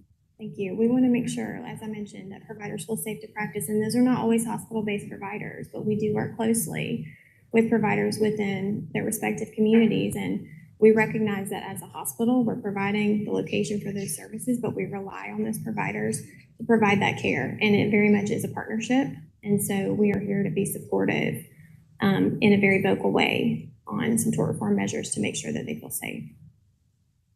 Thank you, Ms. Adams. I want to thank you and your team for the work that you've done. I know you have a couple members of your team here, as well as to the committee. So if you could, on behalf of our committee, thank your committee for bringing these recommendations forward, and we will certainly continue to read through them, ask you any questions that we have, and hopefully keep the open dialogue going through this process. Thank you. Thank you very much.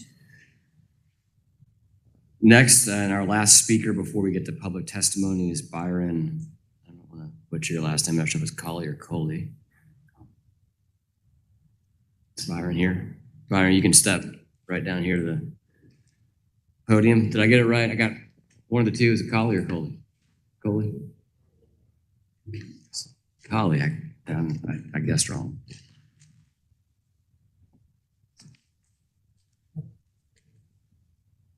Yeah, you might need to, you can probably walk right behind us here.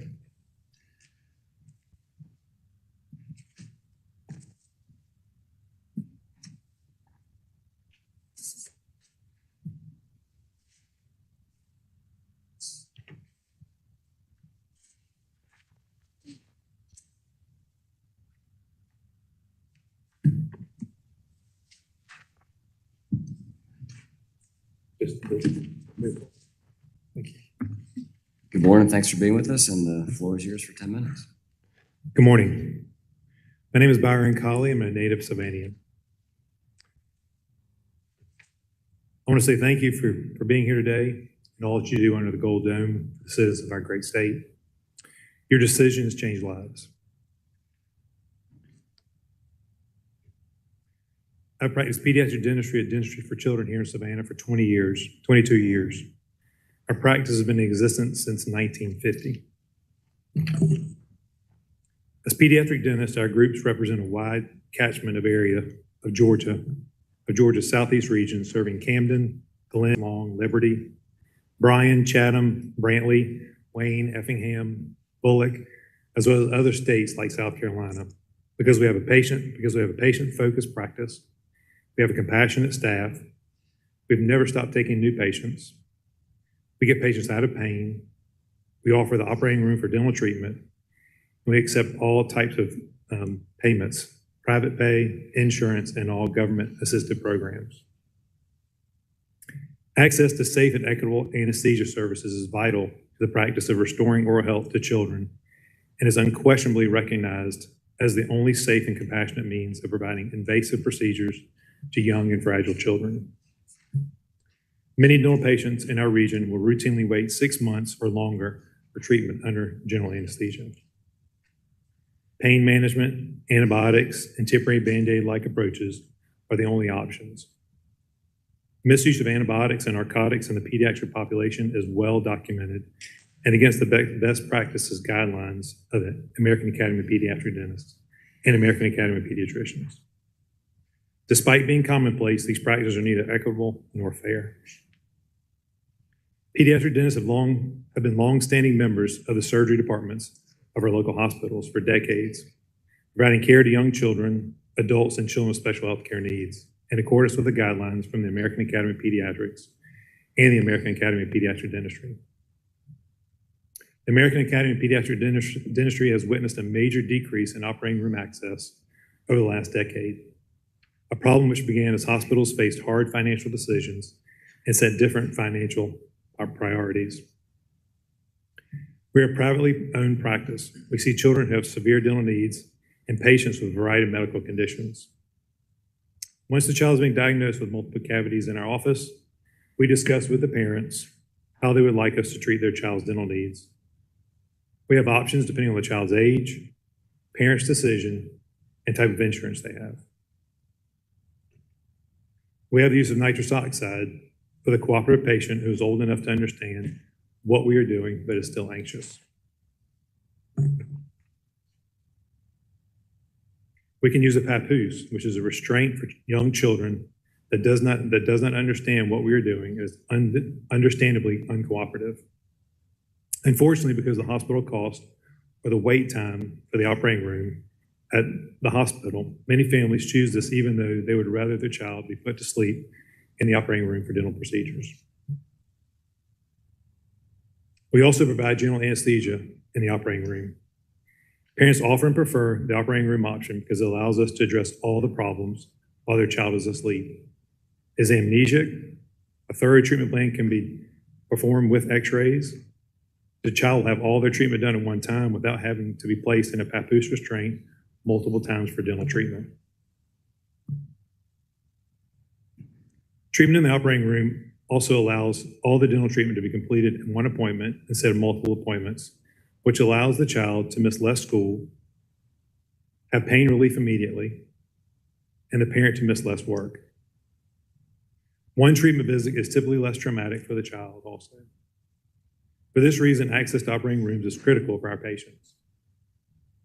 But there's a critical shortage in operating room access in Savannah and across Georgia.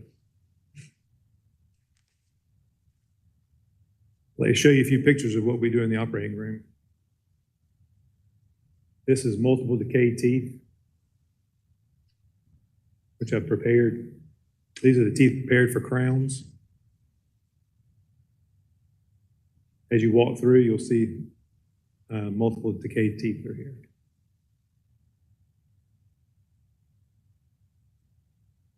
And then you'll see the restored teeth.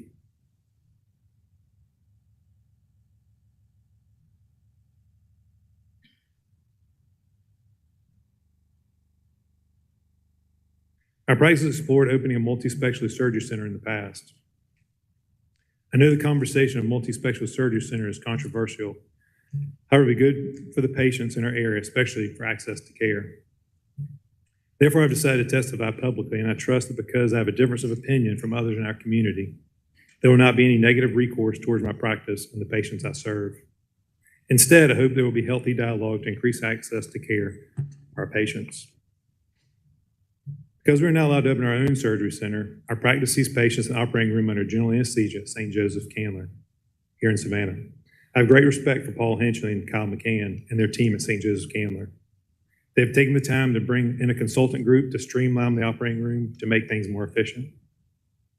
Unfortunately, we were not involved in the streamlining process and were told afterwards that after 20 years of seeing patients in the hospital, our block time in the operating room was going to be limited. We would also need to change locations to start seeing patients in their surgery center. Once we found out, we met with Mr. Hinchley and Mr. McCann and asked them if they would consider a joint venture with our practice and one other specialty surgery center. And one other specialty in a surgery center, excuse me. Their response was this was not in the hospital's strategic plan, which I understand. However, why should this limit my ability to have a fully functioning multi-specialty surgery center to provide complete access to our patients? The ideal solution of restoring OR access, as it was a decade ago, is unrealistic and not sustainable, with the increasing pressures of decreasing reimbursement schedules and barriers to care. Hospitals are charged with providing care on a vast continuum of health needs, and a hierarchy of services may view oral health and dental treatment as low priority, and an ambulatory service better suited outside the hospital setting. In competition between dental care and general surgery and other medical specialty services in a community, dental care seldom wins. This may be because of the misperception of the value of oral health by decision makers, or the need by hospitals to nurture a full range of surgical services. This often means commitment of operating room time to non-dental surgery over dentistry. Dental-specific ambulatory surgery centers provide the answer to this complex problem, providing equitable access with significantly lower costs. Certificate of Need laws were not written for dental-specific care and provide no provisions for single specialty dental sites. Moreover, many other states have recognized the value and provide pathways for this common sense solution. More importantly, these sites provide safety and honors the code Prem non nocere. In other words, our patients are at the complete mercy of the hospital. Only the hospital decides when or if or where I can treat my patients. As a result, the current wait time for our surgery for my patients is 7 to 8 months. This is extremely harmful to my patients because routine dental treatment can result in abscessed tooth leading to an extraction, which is what you see here. On one side, the tooth is not abscessed yet, but on the other side, it has to be removed because of the wait time for dental treatment. Imagine telling a parent of a child that is in pain that they'll have to wait 7 to 8 months to resolve their dental problems. If we were able to open our own surgery center, we could also provide these surgeons at a lower cost, making procedures more accessible. Again, I've heard the argument that hospitals are afraid of losing patients with private surgery centers open. But there are 2 reasons you should not be concerned with that. First, when more facilities open, more patients start seeking treatment. The argument that the hospitals will lose patients assumes there's a fixed number of patients and everyone is already getting services they need. But we know that isn't true. Patients skip needed treatment all the time because they can't afford or can't access care. Second, states that have already repealed certificate of need laws have more hospitals and more surgery centers per capita. This shows that when surgery centers open, they don't push hospitals out of business, just the opposite. More hospitals open and the patients are winners because they have access to more care. I know that South Carolina repealed its certificate of need laws this year, and I'm guessing some of my patients here in Savannah may leave Georgia for treatment in South Carolina if services become more readily available. Keeping certificate of need in place puts Georgia at a competitive disadvantage and harms patients who are forced to wait long and pay too much for care. Studies also show that there are 30% fewer rural hospitals in states with CON laws and 14% fewer rural surgery centers. I would ask the committee to recommend repealing CON because CON decreases access for all types of health care. Thank you. Any questions from the committee? Just one. Yes, Matt. Do you have thank you for your testimony and quick question. Do you have the ability under the current CON regulations to open a single specialty to provide those services? I think you answered that question. We do. It does have come with some opposition. Okay. Could you expand on that? I think the hospital would oppose us doing that for our own single specialty service center. So it may take away from what they think is service they may be able to provide in their own hospital. Okay. Thank you. Mm-hmm. Chairman Watson. Yeah, I don't quite understand that. You said your patients with tooth issues or cavities or developing abscesses, your 7 to 8 month wait. That's what you're saying? Yes, sir. So if a child comes in today and the parent decides they want their child to be seen in the hospital, currently our wait time is 7 to 8 months then to be seen. And so what happens is normally we like to see children every 6 months, get their teeth cleaned, have x-rays like most of us do at our dental visits. Most of the time that dental treatment gets worse between now and that 6-month checkup, or a tooth becomes infected and has to be removed because we couldn't do the treatment earlier. Parents then choose or restraint instead of being able to go to the hospital to be put to sleep for the dental procedure. I think what this leads to is also kind of going outside the guidelines of the American Academy of Pediatrics, is people end up sedating or doing general anesthesia in their offices instead of in the hospital, in an environment or in a surgery center that's run by anesthesiologists, those who provide general anesthesia as a profession. Thank you. That thing around their nose just a few weeks ago. So certainly grateful for the work you do for the children. Thank you. Thank you very much. We're going to move on to the public testimony portion. Keenan is.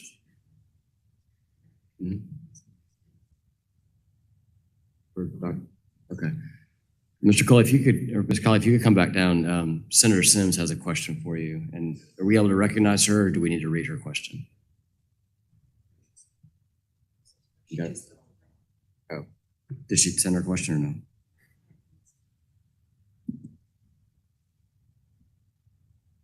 We will stand by if Senator Sims still is able to join us. If you don't mind actually sitting maybe closer to the podium, and we'll recognize her if she enters the room again. In the meantime, is Roland online and available for public testimony? We'll go to him first. And for all of those doing public testimony today, we'll have 5 minutes for each of you, and the committee will be able to answer questions if they desire. And Roland, the floor is yours. Go ahead and take it away. Thank you, Mr. Chairman. My name is Roland Boehm, and I volunteer and serve on the board of the Georgia chapter of the American Foundation for Suicide Prevention. I am also a co-founder of the Georgia Mental Health Policy Partnership. As you know, in Georgia, nearly 50 different facilities and services require a certificate of need before they can open. They include freestanding emergency departments, mental health services, and obstetrical facilities, which include birth centers. I'm testifying today to encourage reform of the con law to allow for the establishment and operation of rural healthcare clusters consisting of freestanding emergency departments and empath units, which I will define later in my remarks. These healthcare clusters will put needed care much closer to Georgians in rural communities. While the prevalence of mental illness in rural and metropolitan areas is generally similar, there are differences. For example, the suicide rate is nearly twice as great in the most rural areas of the U.S. compared to the most urban areas. Georgians living in rural areas need to travel much farther than Georgians in rural areas to access both physical and mental emergency care. Hospital closures result in even longer distance and geographical obstacles to overcome, significantly affecting response and transport times. This is a persistent problem that requires innovative approaches to resolve. One innovative approach is to combine freestanding emergency departments with empath units. empath is the acronym for Emergency Psychiatric Assessment, Treatment, and Healing. Empath units are physical environments designed for acute psychiatric patients to receive assessment and treatment and to begin the process of healing. Empath units have been recognized and recommended by the Joint Commission and the National Council for Behavioral Health. In fact, earlier this summer, South Carolina concluded a grant program in which it used $35 million to authorize the construction of 13 empath units across the state.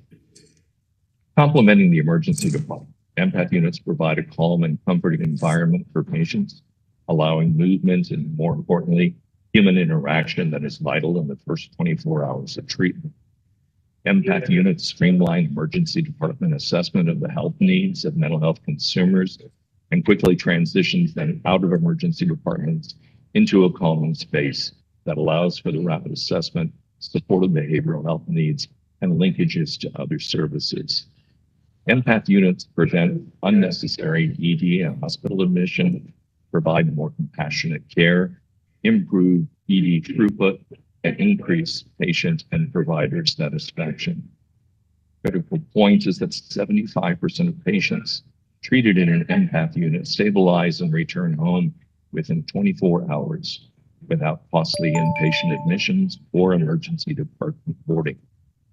Creating a regional health cluster of EDs and empath units puts needed health care much closer to Georgians in rural areas.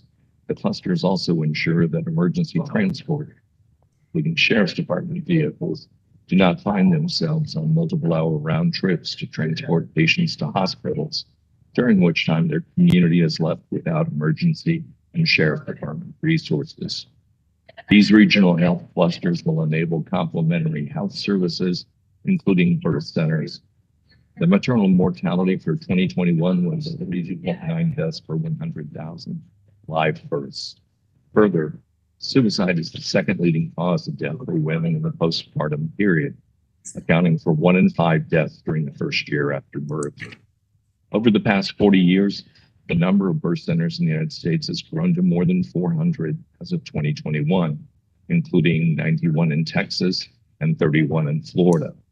Currently, there are 3 birth centers in Georgia, a state with over 120,000 births annually. The difference in the number of birth centers in Georgia versus Florida and Texas is in part a function of the con laws, or the absence thereof in the 3 states. Per the National Conference of State Legislatures, Florida's con law does not apply to birth centers, and Texas, as has been noted, does not have a con law. The evidence shows that mothers who participate in birth center care, even if they have only prenatal care and give birth at a hospital, experience better outcomes, including lower rates of preterm delivery and cesarean births, and higher birth weights and rates of breastfeeding. Together, rural healthcare clusters, along with birth centers, will help save lives and bring hope to Georgia's rural citizens in a manner that is less costly, less traumatic, and more responsive to the needs of those dreams. Thank you for this opportunity to testify. Thank you very much, Roland. Any questions from the committee? Senator Chairman. I may have missed this. You may have already said it, Mr. Beam, but are there existing impact units in the state? And can you maybe send us some information? There are no empath units currently within the state. There is, in a sense, a model of it at Grady in terms of their sort of separate facility. There are, as I mentioned, 13 that are in the process of being in Streck, South Carolina. And I will forward to this committee for distribution information on empath units. And part of that will include a lid by Dr. Scott Zeller. He was the person who developed empath centers about 18 years ago that he provided to Dr. Judy Fitzgerald's subcommittee at the Behavioral Health Reform and Innovation Commission. Thank you. Yes, Senator. Thank you for your testimony. I see no further questions. Is Barry Heron here? Barry, go ahead and step down, if you would, please. And we don't have Senator Sims back, is that correct? She is.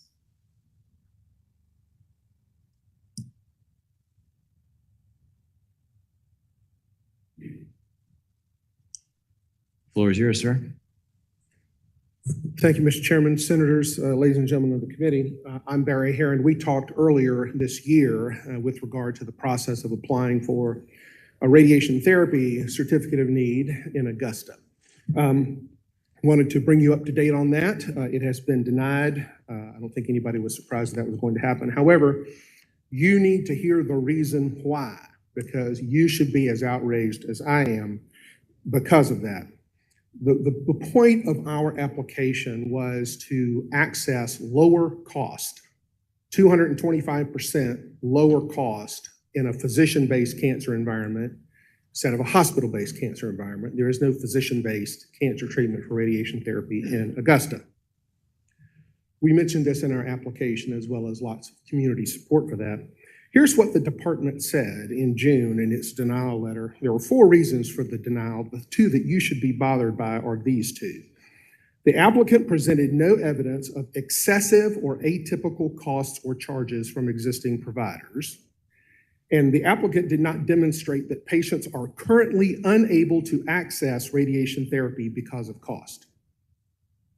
I want you to let that marinate for a minute, because it feels to me, and it should to you, that the standard that the department has imposed for remedying this cost barrier is that a patient has to decide whether they're going to buy something else instead of radiation therapy, or that the provider can charge whatever they want, right up to the point where a patient says, I can't afford to pay that. And just to resonate the comments that were made by members of the committee earlier in response to other testimony, Mr. Chairman, as you were asking the question, I was writing down, streamlining means deny things faster. Here's the important thing to remember.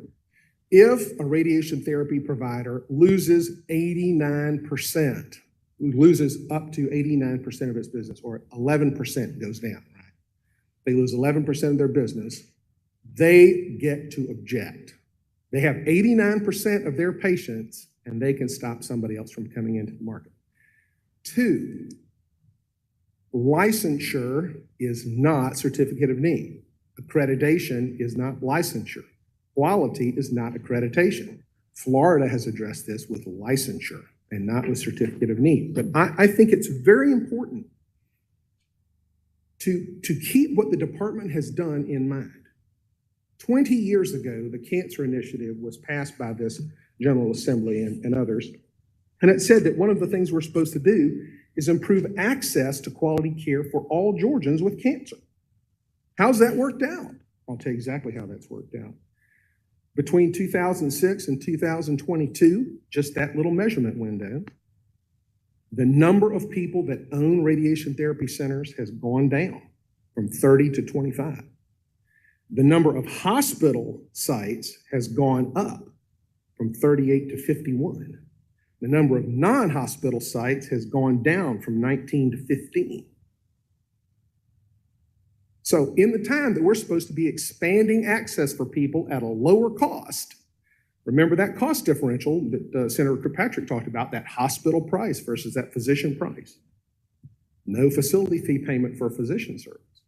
During that 16 years, all we've done by empowering the department is to lower the number of units that are available to non-hospital providers by 10%, and exacerbated the problem of higher quality or higher cost providers when they purport in the regulations to advance the Cancer Initiative. To the senator's comment, it's exactly what the Federal Trade Commission and the Department of Justice were worried about 20 years ago when all this information was brought forward to General Assemblies across the country. You're concentrating higher cost care in environments where the higher cost care providers can object to lower cost care. And that's exactly what's happened here. And this rule bakes that in, unless a person who applies can say, here's testimony from a real live person, or maybe now a real dead person, that couldn't afford to get cancer care at some place in my community because I had to buy food and groceries. If that's the standard, I just don't know how you get past that to say patients are currently unable to access services because of cost. You should also know that in the history of this rule, there has never been a CON application that's been granted based on a cost exception. Not one. So my question for the committee is, how bad does it have to get? How pricey does it have to be? What percentage does the hospital get to charge before the department will say, that's too much? I mean, I really wish that the commissioner was still here, because I would say shame on you for letting that rule be the public policy of the state of Georgia. That just can't be right. It can't be. And y'all have an opportunity to fix that. by killing this thing before the department gets to make more decisions like this and prevent people from entering the marketplace without proof that somebody's gone without care before we'll allow a new entrant. Thank you very much. I'm glad to entertain any questions.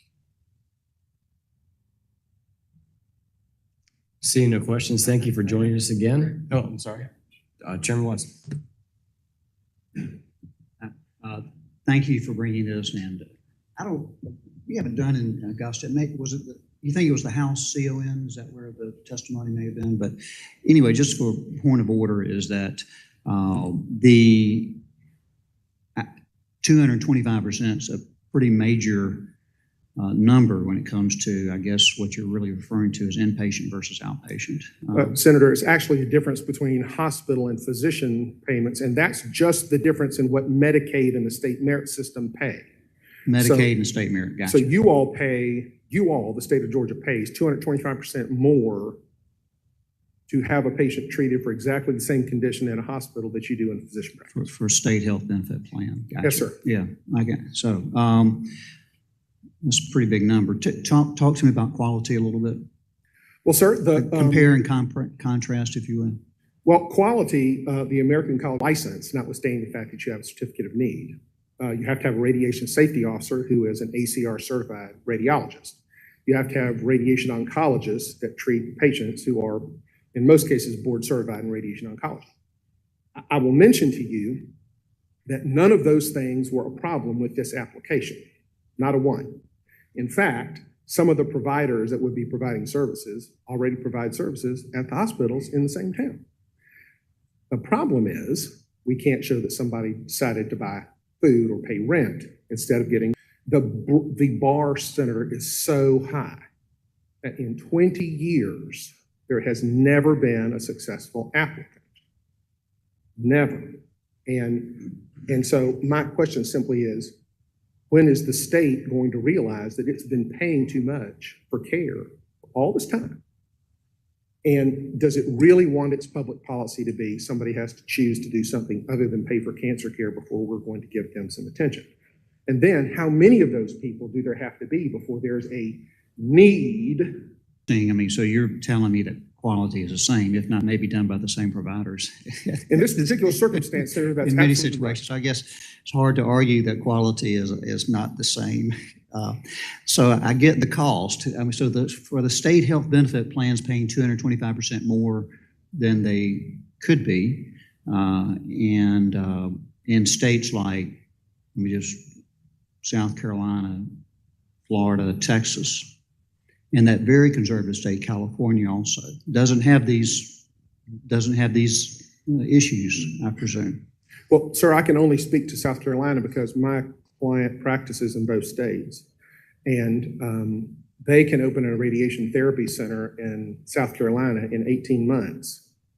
In 18 months, for $4 million less than it would cost to do it in Georgia because of the regulatory and other burdens, and start seeing all the patients that they would be seeing in South Carolina.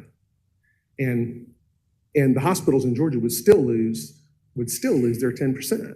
I got you. So because you're on the Savannah River, you can go over in South Carolina and open one up. And Georgia loses that opportunity because of our, I guess, archaic would be a good word. Because that's really sounds, that drives to a patient care standpoint and access standpoint. So that's ever so important. Thank you. Yes, sir. I'm glad to answer that question. Thank you, sir, for your testimony. Thank you all very much. Safe travels. Absolutely. We have two more folks to hear from today. Jamie Cavanaugh is here. I'm going to ask Jamie to step down, and Gary Galloway, you're going to be the grand finale. Floor is yours, Ms. Cavanaugh. Thank you. Good morning. Thanks for being here today, everyone. And talking about this important topic, I wanted to just address a couple of points that I heard today during the testimony. Remember that the original purpose of Certificate of Need when the federal government encouraged all the states to pass these laws was to decrease the number of facilities in order to control federal healthcare reimbursements. So of course, this point's been made many times, but when we're talking about access to healthcare, the original purpose of certificate of need was to slow down the growth of hospitals, decrease the number of hospitals, decrease the number of hospital beds. So of course we can't use certificate of need to increase access to care. It's not what it was designed to do. It was designed to do the exact opposite. And in fact, we know that it has been successful because when we compare to states without certificate of need laws, we see that those states have more hospitals per capita, more surgery centers per capita, more imaging centers per capita, more dialysis centers per capita. And unfortunately, patients in states with certificate of need laws have to travel further distances to get care and are more likely to leave the state to get care, which we've heard over and over about patients deciding to go to South Carolina to seek care. Another thing I think that's really important that we heard today is that certificate of need laws can't address problems with healthcare reimbursements. And of course, healthcare reimbursements are a crucial part of maintaining access to healthcare, but that's a separate discussion from whether or not and how we use certificate of need laws. Dr. Burke himself mentioned that direct payment programs don't have anything to do with CON, and the Georgia Hospital Association's recommendations included recommendations to increase reimbursement. And that's something that certificate of need laws on their face can't address. But another thing that goes along with reimbursement is this idea that we're shifting the cost of care to our privately insured patients. And of course, any business does that. That's normal cross-subsidization. Where this gets a little foggy is where cross-subsidization becomes cost shifting, which is this idea that a business or a hospital cannot stay open without that, versus, sure, we make more profit off some of the patients. But I think something that doesn't come up in these discussions is that half of the population here in Georgia has private healthcare insurance, and 1 in 5 Georgians has a medical bill in collections. So it might be attractive to say, yes, we have to cross-subsidize, and everyone understands that. But what is the level that we're doing that at? You know, you're pushing half of your population with private healthcare insurance. Many of them, you're pushing them into medical debt. So the solution can't just be, we have to put the privately insured patients on the hook for making up for all of the losses in the other areas. Again, that's a reimbursement issue, but for people who argue this is why we need to keep certificate of need law, to make sure everyone is going to the hospitals and paying hospital prices for all of their services, we're absolutely decreasing access to care. People are skipping needed services because they can't afford it. People are going into medical debt. So that's not good for access either. I also think it's important to mention that when we look at what other states have been doing, of course, it's been mentioned many times that South Carolina and Florida now don't have certificate of need. And the Pennsylvania Hospital Association has actually publicly said that it doesn't want certificate of need back. Pennsylvania got rid of certificate of need in 1999. And I think back around 2015, 2016, the legislature had some proposals to reintroduce portions of certificate of need. And the Hospital Association said, we don't want that. Our members don't want to see that come back. And the Hospital Association today recognized that certificate of need is a complex statute. One of the recommendations is to rewrite the whole statute so that it's more straightforward. And I think a better way to do that would just be repealing certificate of need, or repealing portions of certificate of need. Instead of trying to redo this framework, which the Hospital Association admitted providers don't even seek certificates of need because it's so complex in some circumstances. And certainly smaller providers and providers who want to bring innovative services to Georgia, certainly they avoid the state because they don't want to go through this process. So instead of, I think, making some of these changes that just layer on more complexities to a statute that some people already find a little bit baffling and hard to navigate, a better idea is probably to just eliminate most or all of the certificate of need requirements. But if this committee does want to make some recommendations for process updates, I think that it would do well to follow states like Indiana, Louisiana, Michigan, Nebraska, New York, and New Jersey that don't allow competitors to intervene in the certificate of need process. Those states have very robust certificate of need programs, but they review applications without giving opposition the chance to intervene or appeal from a decision that they don't like. So just to sum up, Georgia's obviously an economic leader in so many ways, and it would be a shame if it falls behind in healthcare to its states, neighboring states like South Carolina and Florida. I'd be happy to answer any questions.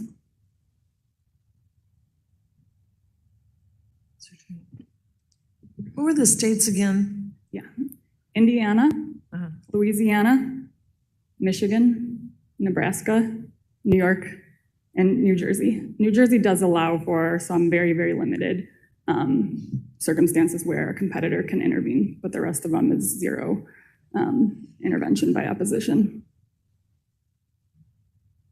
And I'm happy to send that list to the committee. Great. I don't see any other questions for you. Thank you for joining our committee again. Thanks for the dialogue that you've had with us, and we'll see you in Atlanta as well. Lastly, we'll recognize Gary Galloway. Come on down, sir.